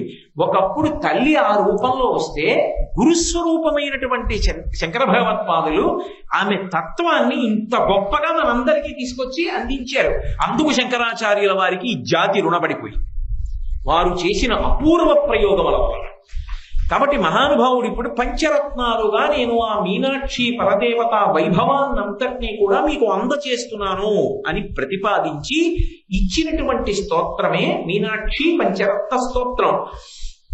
ఈ మీనాక్షి పంచరత్నాన్ని ప్రారంభం చేస్తూ ఆయన ఉజ్జద్భాను సహస్ర కోటి సదృశాం అని మొదలు పెడతారు. ఉత్ అంటే మీకు నేను ఇందాక చెప్పలేదు, ఉత్ అన్న మాటకు అర్థం ఏంటంటే పైకి లేచుచున్నది అని. రెండవది గురువుగా ఆదేశం. ఎందుకని? మీనాక్షి గురుస్వరూపం. గురువు ఒక్కొక్కసారి తన చూపుల చేత ఉద్ధరిస్తాడు. ఒకప్పుడు భగవాన్ రమణులు ఏకంగా ఒక పీఠాధిపత్యంలో ఉన్న శంకరాచార్యుల వారికి తన చూపుల చేత కొన్ని అనుమానాలు నివృత్తి చేశారు. చూపులతో అనుగ్రహిస్తారు గురువులు. అలా చూపు చేత అనుగ్రహించగలిగినటువంటి గురుతత్వానికి ప్రతీక మీనాక్షి. అందుకనే ఆ గురుతత్వాన్ని ఆ గురుస్వరూపమే అయిన శంకర భగవత్పాదులు మనకు అందిస్తున్నారు. ఇంత గొప్ప వైభవమా, ఇంత గొప్ప మీనాక్ష ఒక మనుష్య రూపంతో ఈ భూమి మీద తిరిగిందా, భూమిని పరిపాలన చేసిందా? సాధారణంగా విష్ణువు అవతారం తీసుకుని పరిపాలన చేస్తారు. విష్ణువు కన్నా అభిన్నం. విష్ణువు వైష్ణవి వాళ్ళిద్దరు ఒకటే, నారాయణ నారాయణి. అందుకని ఆవిడ పరిపాలన చేసింది. పరిపాలన చేసిన అమ్మవారి వైభవమా, ఇన్ని విశేషాలా మీనాక్షివి, అబ్బా శంకరులు చెప్పడమా పంచరత్నాలుగా అనేటప్పటికీ స్తోత్రం చదవడం మొదలెట్టేటప్పటికే ఏమవ్వాలి? నిద్రాణంగా ఉండకూడదు, ఉత్ పైకి లేవాలి.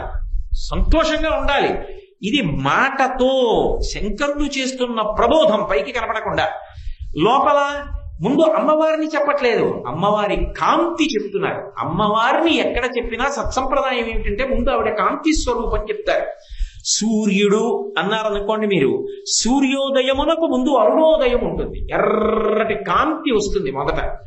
అమ్మవారు వచ్చేటప్పుడు కూడా ముందు ఆవిడలో ఉన్నటువంటి పరమాద్భుతమైనటువంటి కాంతి కనపడుతుంది. అసలు సంప్రదాయంలో ఉపాసనలో ఒక రహస్యం ఉంది. ఆ కాంతి తత్వం కానీ ఆ కాంతి కానీ మనసుని పట్టుకుందనుకోండి, ఇక మీ ప్రయత్నం అక్కర్లా, ఆవిడే మిమ్మల్ని లాగేస్తుంది. అందుకని దానితో మొదలెడుకున్నాడు శంకరాచార్యులు గారు. ఉద్యద్భాను సహస్ర కోటి సదృశాం. ఒక్క సూర్యబింబం ఉదయిస్తోందనుకోండి, ఎప్పుడైనా మీరు ఆ సూర్యబింబం ఉదయిస్తున్నటువంటి స్థితిని వెళ్ళి చూశారనుకోండి, సముద్రంలోంచి ఇలా బాలసూర్యబింబం వస్తుంటే ఆకాశం అంతా ఎర్రటి రంగుతో కప్పేస్తుంది. ఒక్క సూర్యబింబం ఉదయిస్తుంటేనే అంత పెద్ద కాంతి, ఎర్రటి కాంతి వస్తే ఇక సహస్ర కోటి సదృశాం. సహస్రం అంటేనే అనంతం. అనంతమైనటువంటి సంఖ్యని కోటి పెట్టి హెచ్చవేశారనుకోండి, పోనీ 1000ని కోటి పెట్టి హెచ్చవేశారనుకోండి, అంతమంది బాలసూర్యులు ఒక్కసారి ఉదయిస్తున్నారనుకోండి, ఎంత ఎర్రకాంతి వస్తుంది. ఇప్పుడు మీరు ఒకటి బాగా గుర్తుపెట్టుకోండి, ఆ ఎర్రకాంతిలో మీరు కూడా మునిగిపోతారు. అది ఉపాసనలో పెద్ద రహస్యం. ఇది మీరు చూడడం మీకు అలవాటైతే కాంతి కన్నా మీరు భిన్నంగా ఉంటారు. ఇది పట్టుకోవాలంటే ఒకటే మార్గం ఉంటుంది. ఎప్పుడైనా మీరు సముద్ర తీరానికి వెళ్ళి సూర్యోదయాన్ని చూడాలి. సూర్యోదయం చూస్తే రహస్యం అర్థం అవుతుంది. ఎర్రటి కాంతి వస్తున్నప్పుడు కాంతి ఎందు మీరు చూస్తున్నటువంటి నగరం మునిగిపోతుంది. విశాఖపట్నంలో నేను కూర్చుని చూస్తున్నాను అనుకోండి, విశాఖపట్నం మునిగిపోతుంది అనకూడదు. కొద్దిసేపు ఆ ఎర్రకాంతిలో సముద్రం దగ్గర నుంచి వెనక ఎంతవరకు కనపడుతుందో అన్ని ఎర్రగా అయిపోతాయి, మేడలు మిద్దెలు అన్ని. మీరు అంతకన్నా భిన్నంగా ఉంటారా? ఇప్పుడు ఆ ఎరుపు కాంతిలో మీరు కూడా మునిగిపోయారు. ఇది ఉపాసన. ఆవిడ యొక్క అనుగ్రహ కాంతుల యందు అరుణ వర్ణమే కారుణ్యము, అరుణ కరుణ. అందుకే అరుణాం కరుణా తరంగితాక్షీం అంటారు. ఆ ఎర్రటి వర్ణం ఎంత దట్టమైన ఎరుపు, ఎంత కాంతి వచ్చేస్తోందంటేట, ఉద్యద్భాను సహస్ర కోటి సదృశాం. 1000 కోట్ల సూర్యులు ఒక్కసారి ఉదయిస్తే ఎంత కాంతి వస్తుందో, మీనాక్షి పరదేవత వస్తుంటే అంత కాంతి వచ్చింది. అయితే మీరు నన్ను ఒక మాట అడగచ్చు, ఏమండి ఇదే శ్లోకంలో పీతాంబరాలంకృతాం అని ఉందా లేదా? పచ్చని బట్టలు కట్టుకుని ఉంది అని ఉందిగా.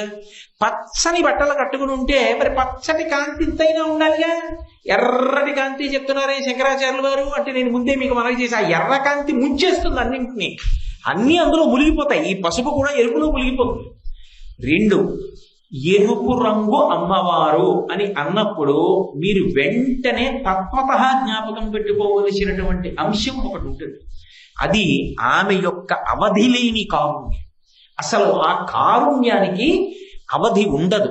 అవధి ఉండదు కాబట్టే మీనాక్షీం ప్రణతోస్మి సంతతమహం కారుణ్యవారాం నిధిం. నీ యొక్క కారుణ్యం ఎటువంటిది? సముద్రం లాంటిది. నీ దయ సముద్రం ఎలా ఉంటుందో అలా ఉంటుంది. సూర్యబింబం యొక్క ఎరుపుతనం ఎక్కడ చూడాలి? సముద్రంలో ఉదయిస్తున్నప్పుడు చూడాలి. ఇప్పుడు కారుణ్యవారాన్నిధిం, సముద్రం లోతు తెలుసుకుందామని మీరు ప్రయత్నం చేశారనుకోండి, సముద్రంలో మునిగిపోతారు. ఒక పంచదార బొమ్మ సముద్రపు లోతు కనిపెడదామని అడిగితే సముద్రంలో కరిగిపోతుంది. ఉప్పు బొమ్మ సముద్రంలోకి వెళితే సముద్రంలో కరిగిపోతుంది. అలా అమ్మవారి కారుణ్యం తెలుసుకునే ప్రయత్నం చేస్తే అమ్మవారిలో లీనమైపోతారు, కలిసిపోతారు. ఇప్పుడు ఆ ఎరుపు ఏమి అంటే ఆవిడ కారుణ్యమే, ఆ అరుణవర్ణమే ఆవిడ కరుణ. అంత దయ కలిగిన తల్లి, ఇంత దయ కలిగిన తల్లి ఎరుపు వర్ణము చేత ఏం చేస్తూ ఉంటుంది అంటే, ఇందులో మీరు ఒక్క సాంకేతికమైన విషయాన్ని జాగ్రత్తగా పట్టుకోవాలి. చూడండి, రంగుల గురించి చెప్పినప్పుడు ఒక్క తెలుపు కిరణంలోంచి 7 రంగులు వచ్చాయి అనుకోండి, దాన్ని చిన్నతనంలో మనం పాఠంలో నేర్చుకుంటాం, విబ్జిఆర్ అంటాం. Violet, yellow, IndiGo, blue, green, orange, red. చివరి హద్దు ఎరుపు. చిట్ట చివర ఎరుపు చెప్తాం విజిఆర్లో. చివర ఎరుపు. ఎరుపు దాటితే ఏముంటుంది? ఇంకా తెలుపు ఉంటుంది. వీకి ముందే ఉంటుంది, వర్ణములన్నింటికి ముందే ఉంటుంది, నలుపు ఉంటుంది. ఈ నలుపు కానీ ఆ తెలుపు కానీ రంగులుకో. ఆ తెలుపు అన్ని వదిలిపెట్టేస్తుంది, నలుపు అన్ని పుచ్చేసుకుంటుంది. రెండు రంగులుకో. శాశ్వతత్వం మనకు ప్రతీక. అందుకే చివరికి బొగ్గు అయిపోయింది. ఇంకా బొగ్గు కూడా ఏమైపోవాలి? మహా అయితే బూడిదైపోవాలి. అందుకే నల్లగా ఉంటాడు విష్ణువు, తెల్లగా ఉంటారు శివుడు. దాని అర్థం ఏమిటంటే రెండు శాశ్వతత్వములకు ప్రతీకలు. శాశ్వతమైనటువంటి వాడివి, అసలు అవధి లేని వాడివి, ఆత్మస్వరూపమైనటువంటి వాడివి జీవుడిగా ఒకనాడు ఒరిగిపోయి కిందకొచ్చేసి అజ్ఞానంతో నేను జీవుడని అనుకుంటే అది ఆ ఎరుపు వలన జరిగినటువంటి పరిణామం. అమ్మవారే మహామాయా స్వరూపిణి, మహామాయా విశ్వం భ్రమయసి పరబ్రహ్మ మహిషి. ఆవిడ మహామాయా స్వరూపిణి జీవుడిగా దిప్పుతోంది. ఇప్పుడు ఆ ఎరుపుతనం దేనికి గుర్తు అంటే మూడిటికి గుర్తు. ఒకటి, ఆ ఎరుపుతనంతో ఆవిడ ఏం చేస్తుందంటే మాయలో తిప్పుతుంది. మాయలో తిప్పడం అన్న మాటకు అర్థం ఏంటి? ఏవి అశాశ్వతమైనవో ఆ అశాశ్వతమైనటువంటి వాటినన్నిటినీ కూడా అందుకోవాలన్న తాపత్రయంతో లోపల తల్లి ఎన్ని రకాలైన శక్తులను ఇస్తోందో అన్నిటినీ దుర్వినియోగం చేస్తుంటాడు. ఇంద్రియముల యొక్క సుఖముల కొరకు పోతుంటుంది శక్తి.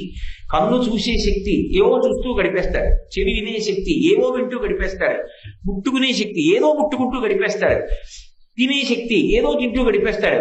మొత్తానికి ఎన్ని రకాల శక్తులు అమ్మవారి ఇచ్చిందో అవన్నీ కూడా కేవలము భోగము కొరకు మాత్రమే ఉపయోగపడితే ఆ స్థాయిలో ఆవిడ ఏం చేస్తోంది అంటే మహామాయా విశ్వం భ్రమయసి పరబ్రహ్మ మహిషి. మళ్ళీ పుట్టుక మళ్ళీ చావు, మళ్ళీ పుట్టుక మళ్ళీ చావు కొరకు తిప్పుతోంది. ఇప్పుడు అమ్మా అమ్మా నాకు వద్దమ్మా, నువ్వు నాకు ఇచ్చిన విభూతులు ఏమున్నాయో వాటిని సద్వినియోగం చేయించి నాకు శంకరుడు అర్థమయ్యేటట్టు చెయ్యమ్మా అని ఆ అమ్మని ప్రార్థిస్తే ఆమె రెండవ విభూతిని ప్రసరిస్తుంది. ఏమిటా విభూతి అంటే, నాకు ఇవన్నీ అక్కర్లేదు, నేను ఈ అశాశ్వతమైన వాటి వెంట పరుగు తీయను. నాకు ఏది సత్యమో, ఏది మార్పు లేనిదో, ఏది పరమేశ్వరుడో, ఎవరు సోమసుందరుడో వాడు నాకు ఎరుకలోకి రావాలి, వాడు నాకు తెలియాలి. వాడు తెలిస్తే నేను వాడైపోతాను. బ్రహ్మవిత్ బ్రహ్మైవ భవతి. బ్రహ్మము తెలిస్తే బ్రహ్మమైపోతున్నాడు. అది అనుభవంలోకి రావాలి. నాలా వాచా వేదాంతం కాదు, అది అనుభవంలోకి రావాలి. అలా వచ్చేటట్టుగా నువ్వు చెయ్యి తల్లి అని ఒక మార్పు వచ్చి అడిగేటట్టు చెయ్యగలిగినది కూడా ఆవిడే. అందుకే మార్పు ఎక్కడ ఉంటుందో అక్కడ ఎరుపు ఉంటుంది. చీకటి పోయింది, తెల్లవారుతోంది, ఎరుపు. పగలు మధ్యందిని స్థితిని పొందింది, ఎరుపు. పగలు పోయి రాత్రి వస్తోంది, మళ్ళీ రాత్రి వేళ ప్రారంభంలో ప్రదోష వేళలో ఎరుపు. ఎరుపు ఎక్కడ ఉన్నదో అది మార్పునకు గుర్తు, ఎరుపు ఎక్కడ ఉన్నదో అది ప్రేమకు గుర్తు. అందుకే ఆ రక్తవర్ణ ఎర్రటి రంగులో ఉంటుంది. ఏమిటి దాని అర్థం? క్రియాశక్తి. ఏదైనా చేయించేది ఆవిడే. అది చేసేటప్పుడు అహంకారం లేకుండా నిస్వార్థంగా భగవంతుణ్ణి నమ్ముకుని బ్రతికేటట్టుగా చెయ్యగలిగినది ఆవిడే. చిట్ట చివరికి ఆ భగవంతుని వైపుకి అడుగులు వేయించి భగవంతునిలో కలపగలిగినది ఆవిడే. కాబట్టి ఇప్పుడు క్రియాశక్తి స్వరూపమై ఆ తల్లి ఆయన గురించి ఆలోచింపచేస్తుంది. అందుకని ఎరుపు. మూడవ స్థాయిలో కదిలి కదిలి కదిలి కదిలి, ఎందుకని ఆ ఎరుపు తర్వాత ఇంకేముంది? తెలుపు ఉంది. అది శివశక్తి రూపిణి లలితాంబిక. ఇక మళ్ళీ విడివడవలసిన అవసరం లేకుండా ఆ తెలుపులోకి తోసేస్తుంది. అంటే శంకరుడిలోకి వెళ్ళిపెడతానే శంకరుడు అయినాడు. పశువు యొక్క పాశములు తెగిపోతే పశువు అయిపోయినాడు, పశుపతి అయినాడు అని గుర్తు. చిరంజీవన్నేవ క్షపిత పశుపాశ విదికర పరానందాభిజ్ఞం రసయతిర్సం తద్భజనవాన్ అంటారు శంకరులు సౌందర్యాలలో. ఆ పశుపాశములు తెగిపోయి తాను పశుపతి కావాలి. అలా చెయ్యగలిగినది ఎవరు? ఆ తల్లి. అనేకమైన పరీక్షలు పెడుతుంది. పెట్టి సత్తు ఎందు అసత్తు చూపిస్తుంది, అసత్తు ఎందు సత్తు చూపిస్తుంది. సదసద్రూపధారిణి. ఏది అశాశ్వతమైనదో అది శాశ్వతం అనేటట్టుగా చేస్తుంది. ఏది అసత్యమో అది సత్యంలా చూపిస్తుంది, ఏది సత్యమో అది అసత్యంలా చూపిస్తుంది. హనుమంతటి వారికి మండోదరిలో సీతమ్మని చూపించింది. అసలు సీతమ్మ కనబడినప్పుడు ఏ కదలికలు లేవు. సాధన చెయ్యగా కింద పెట్టి మీద పెట్టి తిప్పి చేసి ఏమి చెయ్యమ్మా నీ కాళ్ళు మాత్రం వదలను అన్నవాడిని పరమ ప్రేమతో రక్షించుకుంటుంది తన బిడ్డగా. ఎవరు ఏం చేయలేరు వాణ్ణి పొదివి పట్టి కాపాడుకుంటుంది. కాపాడుకుని ఆ వస్తువు ఇక మళ్ళీ పుట్టవలసిన అవసరం లేకుండా ఆ పక్కన ఉన్నటువంటి తెలుపులోకి కలిపేస్తుంది. ఇది ఆవిడ యొక్క అనుగ్రహం. అందుకే ఎరుపు వర్ణంతోటే ప్రారంభం కావాలి. ఆవిడ యొక్క ఆవిర్భావం చెప్తే ఎరుపుతో చెప్పాలి తప్ప ఆ ఎరుపు, ఆ ప్రేమ, ఆ శక్తి, ఆ తిప్పడం అది ఎంత అంటే ఎవరూ చెప్పలేరు. రెండు, ఆవిడ దగ్గర ఒక గొప్ప గుణం ఉంది. ఇప్పుడు నేను చెప్పింది వ్యక్తి స్థాయిలో, వ్యక్తి స్థాయి కాదు. ఆవిడ దగ్గర ఒక పరమాద్భుతమైన గుణం ఏమిటంటే ఆవిడ మొత్తం ఈ బ్రహ్మాండాలంతటినీ శివుడిలో కలిసిపోతుంటే చూస్తాం. అందుకే మహాప్రళయ సాక్షిని, సాక్షిగా చూస్తున్నప్పుడు ఇంకెవ్వరు ఉండరు, అన్నీ ఆయనలోకి వెళ్ళిపోతాయి. వెళ్ళిపోతే ఆవిడ ఆయనలోకి వెళ్ళిపోతుంది. అప్పుడు ఎవరు ఉంటారు? ఎవ్వరు ఉండరు, ఆయన ఒక్కడే ఉంటాడు. జీవులన్నీ విశ్రాంతి తీసుకుంటాయి. మళ్ళీ పునః సృష్టి కలగాలనుకోండి, మొట్టమొదటి కదలిక ఎక్కడో తెలుసా? ఎక్కడ మొదటి కదలిక వచ్చి మొదటి మార్పు వచ్చినా అది ఎరుపే అవ్వాలి. శంకరుడు యందు మొదటి కదలికగా వచ్చేది ఏమిటో తెలుసా? నేను అన్న భావన కలుగుతుంది. అంటే మీకు బాగా అర్థం అవ్వాలి అంటే, ఒక వ్యక్తి బాగా ధ్యానం చేస్తూ ఉండిపోయాడు అనుకోండి. ధ్యానం చేయడం అన్న మాటకు అర్థం ఏంటండి? నేను ఏదో మొట్టమొదట రామచంద్రమూర్తిని చూస్తున్నాను ధ్యానంలో. రాముడు, నేను, ధ్యానము మూడు ఉన్నాయి. ధ్యానం పండిపోయింది. రాముడు వినా ఇంకోటి ఉండవు, మూడు ఒకటైపోతాయి. రాముడు ఒక్కడే ఉంటాడు అంతే. నేనన్న భావన కూడా ఉండదు. ఒక్క రామదర్శనమే అవుతూ ఇంకా నేనన్నది కూడా లేకుండా రామానందమనందు లయమైపోతాడు. ఆ లయమైపోయిన స్థితిలో ఎవరో వెనక గిన్నె కింద పడేశాడు. చటుక్కున ఉలిక్కి పడతాడు. నేను ధ్యానం చేస్తున్నాను, రాముడిని ధ్యానం, నేను అన్న భావన కలుగుతుంది. అది మార్పు. ఈ నేను అన్న భావన కలిగితే రెండయింది. అక్కడి నుంచి ఇంక సృష్టి మొదలు. అందుకే శంకర భగవత్పాదులు సౌందర్యలహరి చేస్తూ ఒక అద్భుతమైన మాట వాడారు. మొదటి ఎరుపు ఎక్కడ అంటే వనత్కాంచీదామాకరి కలప కుంభస్తననత పరిక్షీణా మధ్యే పరిణత చంద్రవదన ధనుర్బాణం పాశం సురునిమపిక దధానాకరతలై పురస్తాదస్తాం నః పురమధిదురహో పురుషిగా. అహో పురుషిగా. నేను అన్న అహంస్ఫురణ శివుడికి కలిగితే అది ఒక రూపమును దాలిస్తే ఆవిడే కామాక్షి, ఆవిడే మీనాక్షి, ఆవిడే విశాలాక్షి. నహ, ఆవిడ మా ముందు కనపడుగాక. ఆ కనపడుతున్నప్పుడు ఆ కారుణ్యం సృష్టిని చేస్తుంది. ఇప్పుడు ఆ సృష్టి ఒకడు కాదు, ఈ సమస్త ప్రాణులను సృష్టిలోకి తీసుకొస్తుంది మళ్ళీ. ఎందుకని అంటే శివుడు కూడా బహిర్ముఖుణ్ణి చేసింది. ఇప్పుడు చేసి పక్కన తెచ్చి కూర్చోబెట్టుకుంటోంది. ఎందుకని అంటే ఇన్ని ప్రాణులను సృజిస్తే తప్ప వాళ్ళు మళ్ళీ కొత్త పుణ్యం చేసుకోవడానికి సాధన చేయలేరు. శారదా నవరాత్రులు వస్తున్నాయి, సాధన చేసి పుణ్యాన్ని మూట కట్టుకోవాలి. గత జన్మలలో చేసినటువంటి పాపాలని దుఃఖ రూపంలో పోగొట్టేసుకోవాలి, సుఖాన్ని పుణ్యాన్ని సుఖ రూపంలో పోగొట్టేసుకోవాలి. సుఖ దుఃఖములు రెండు పోతే, పాప పుణ్యములు పోతే మోక్షానికి వెళ్ళిపోతాడు. కాబట్టి ఇన్ని ప్రాణులు పుట్టాలి. పుట్టేటట్టుగా శంకరుడిలో లయమైపోయినటువంటి జీవులు మళ్ళీ విడుదలై మళ్ళీ సృష్టి జరిగేటట్టుగా అహంస్ఫురణగా నేనన్న శంకరుడి మొదటి భావనకు ఎరుపు ఆమెయే. కామేశ్వరి అంటారు. కామేశ్వరి అంటే శివుని యొక్క మొట్టమొదటి అహంస్ఫురణ, నేనన్న ఆలోచన. తర్వాత ఆవిడ యొక్క అనురాగము, కారుణ్యము. వీళ్ళందరికీ శరీరాలు ఇద్దాం అంటే ఇంత సృష్టి ఏర్పడుతోంది. సృష్టికర్త్రి బ్రహ్మరూపా గోత్రీ గోవింద రూపిణి సంహారిణి రుద్రరూపాతిరోధానకరీశ్వరి. కాబట్టి అమ్మా, నీవు వస్తున్నావు, నువ్వు కనపడుతున్నావు, ముందు ఎరుపు కనపడుతావు. ఆ ఎరుపు ఎంత దట్టంగా ఉందో, ఎంత దట్టమైన ఎరుపులో మీరు కూడా కప్పబడిపోయారో అంత అనుగ్రహం మీకు అమ్మవారు వర్షిస్తోందని గుర్తు. జగద్గురువులుగా శంకరులు మీనాక్షి పరదేవతానుగ్రహాన్ని వర్షింపజేసేస్తున్నారు. అందుకని ఉద్యద్భాను సహస్ర కోటి సదృశాం. చాలు వాళ్ళకి ఏమంటే రేపు పూర్తి చేద్దాం, ఏనాడు అనుకున్నది పూర్తి చేశాం కనుక మనం. కాబట్టి ఒక్కసారి ఆ మొదటి శ్లోకాన్ని పూర్తి చేద్దాం. రేపు మళ్ళీ ఆ శ్లోకాన్ని ప్రారంభం చేస్తారు.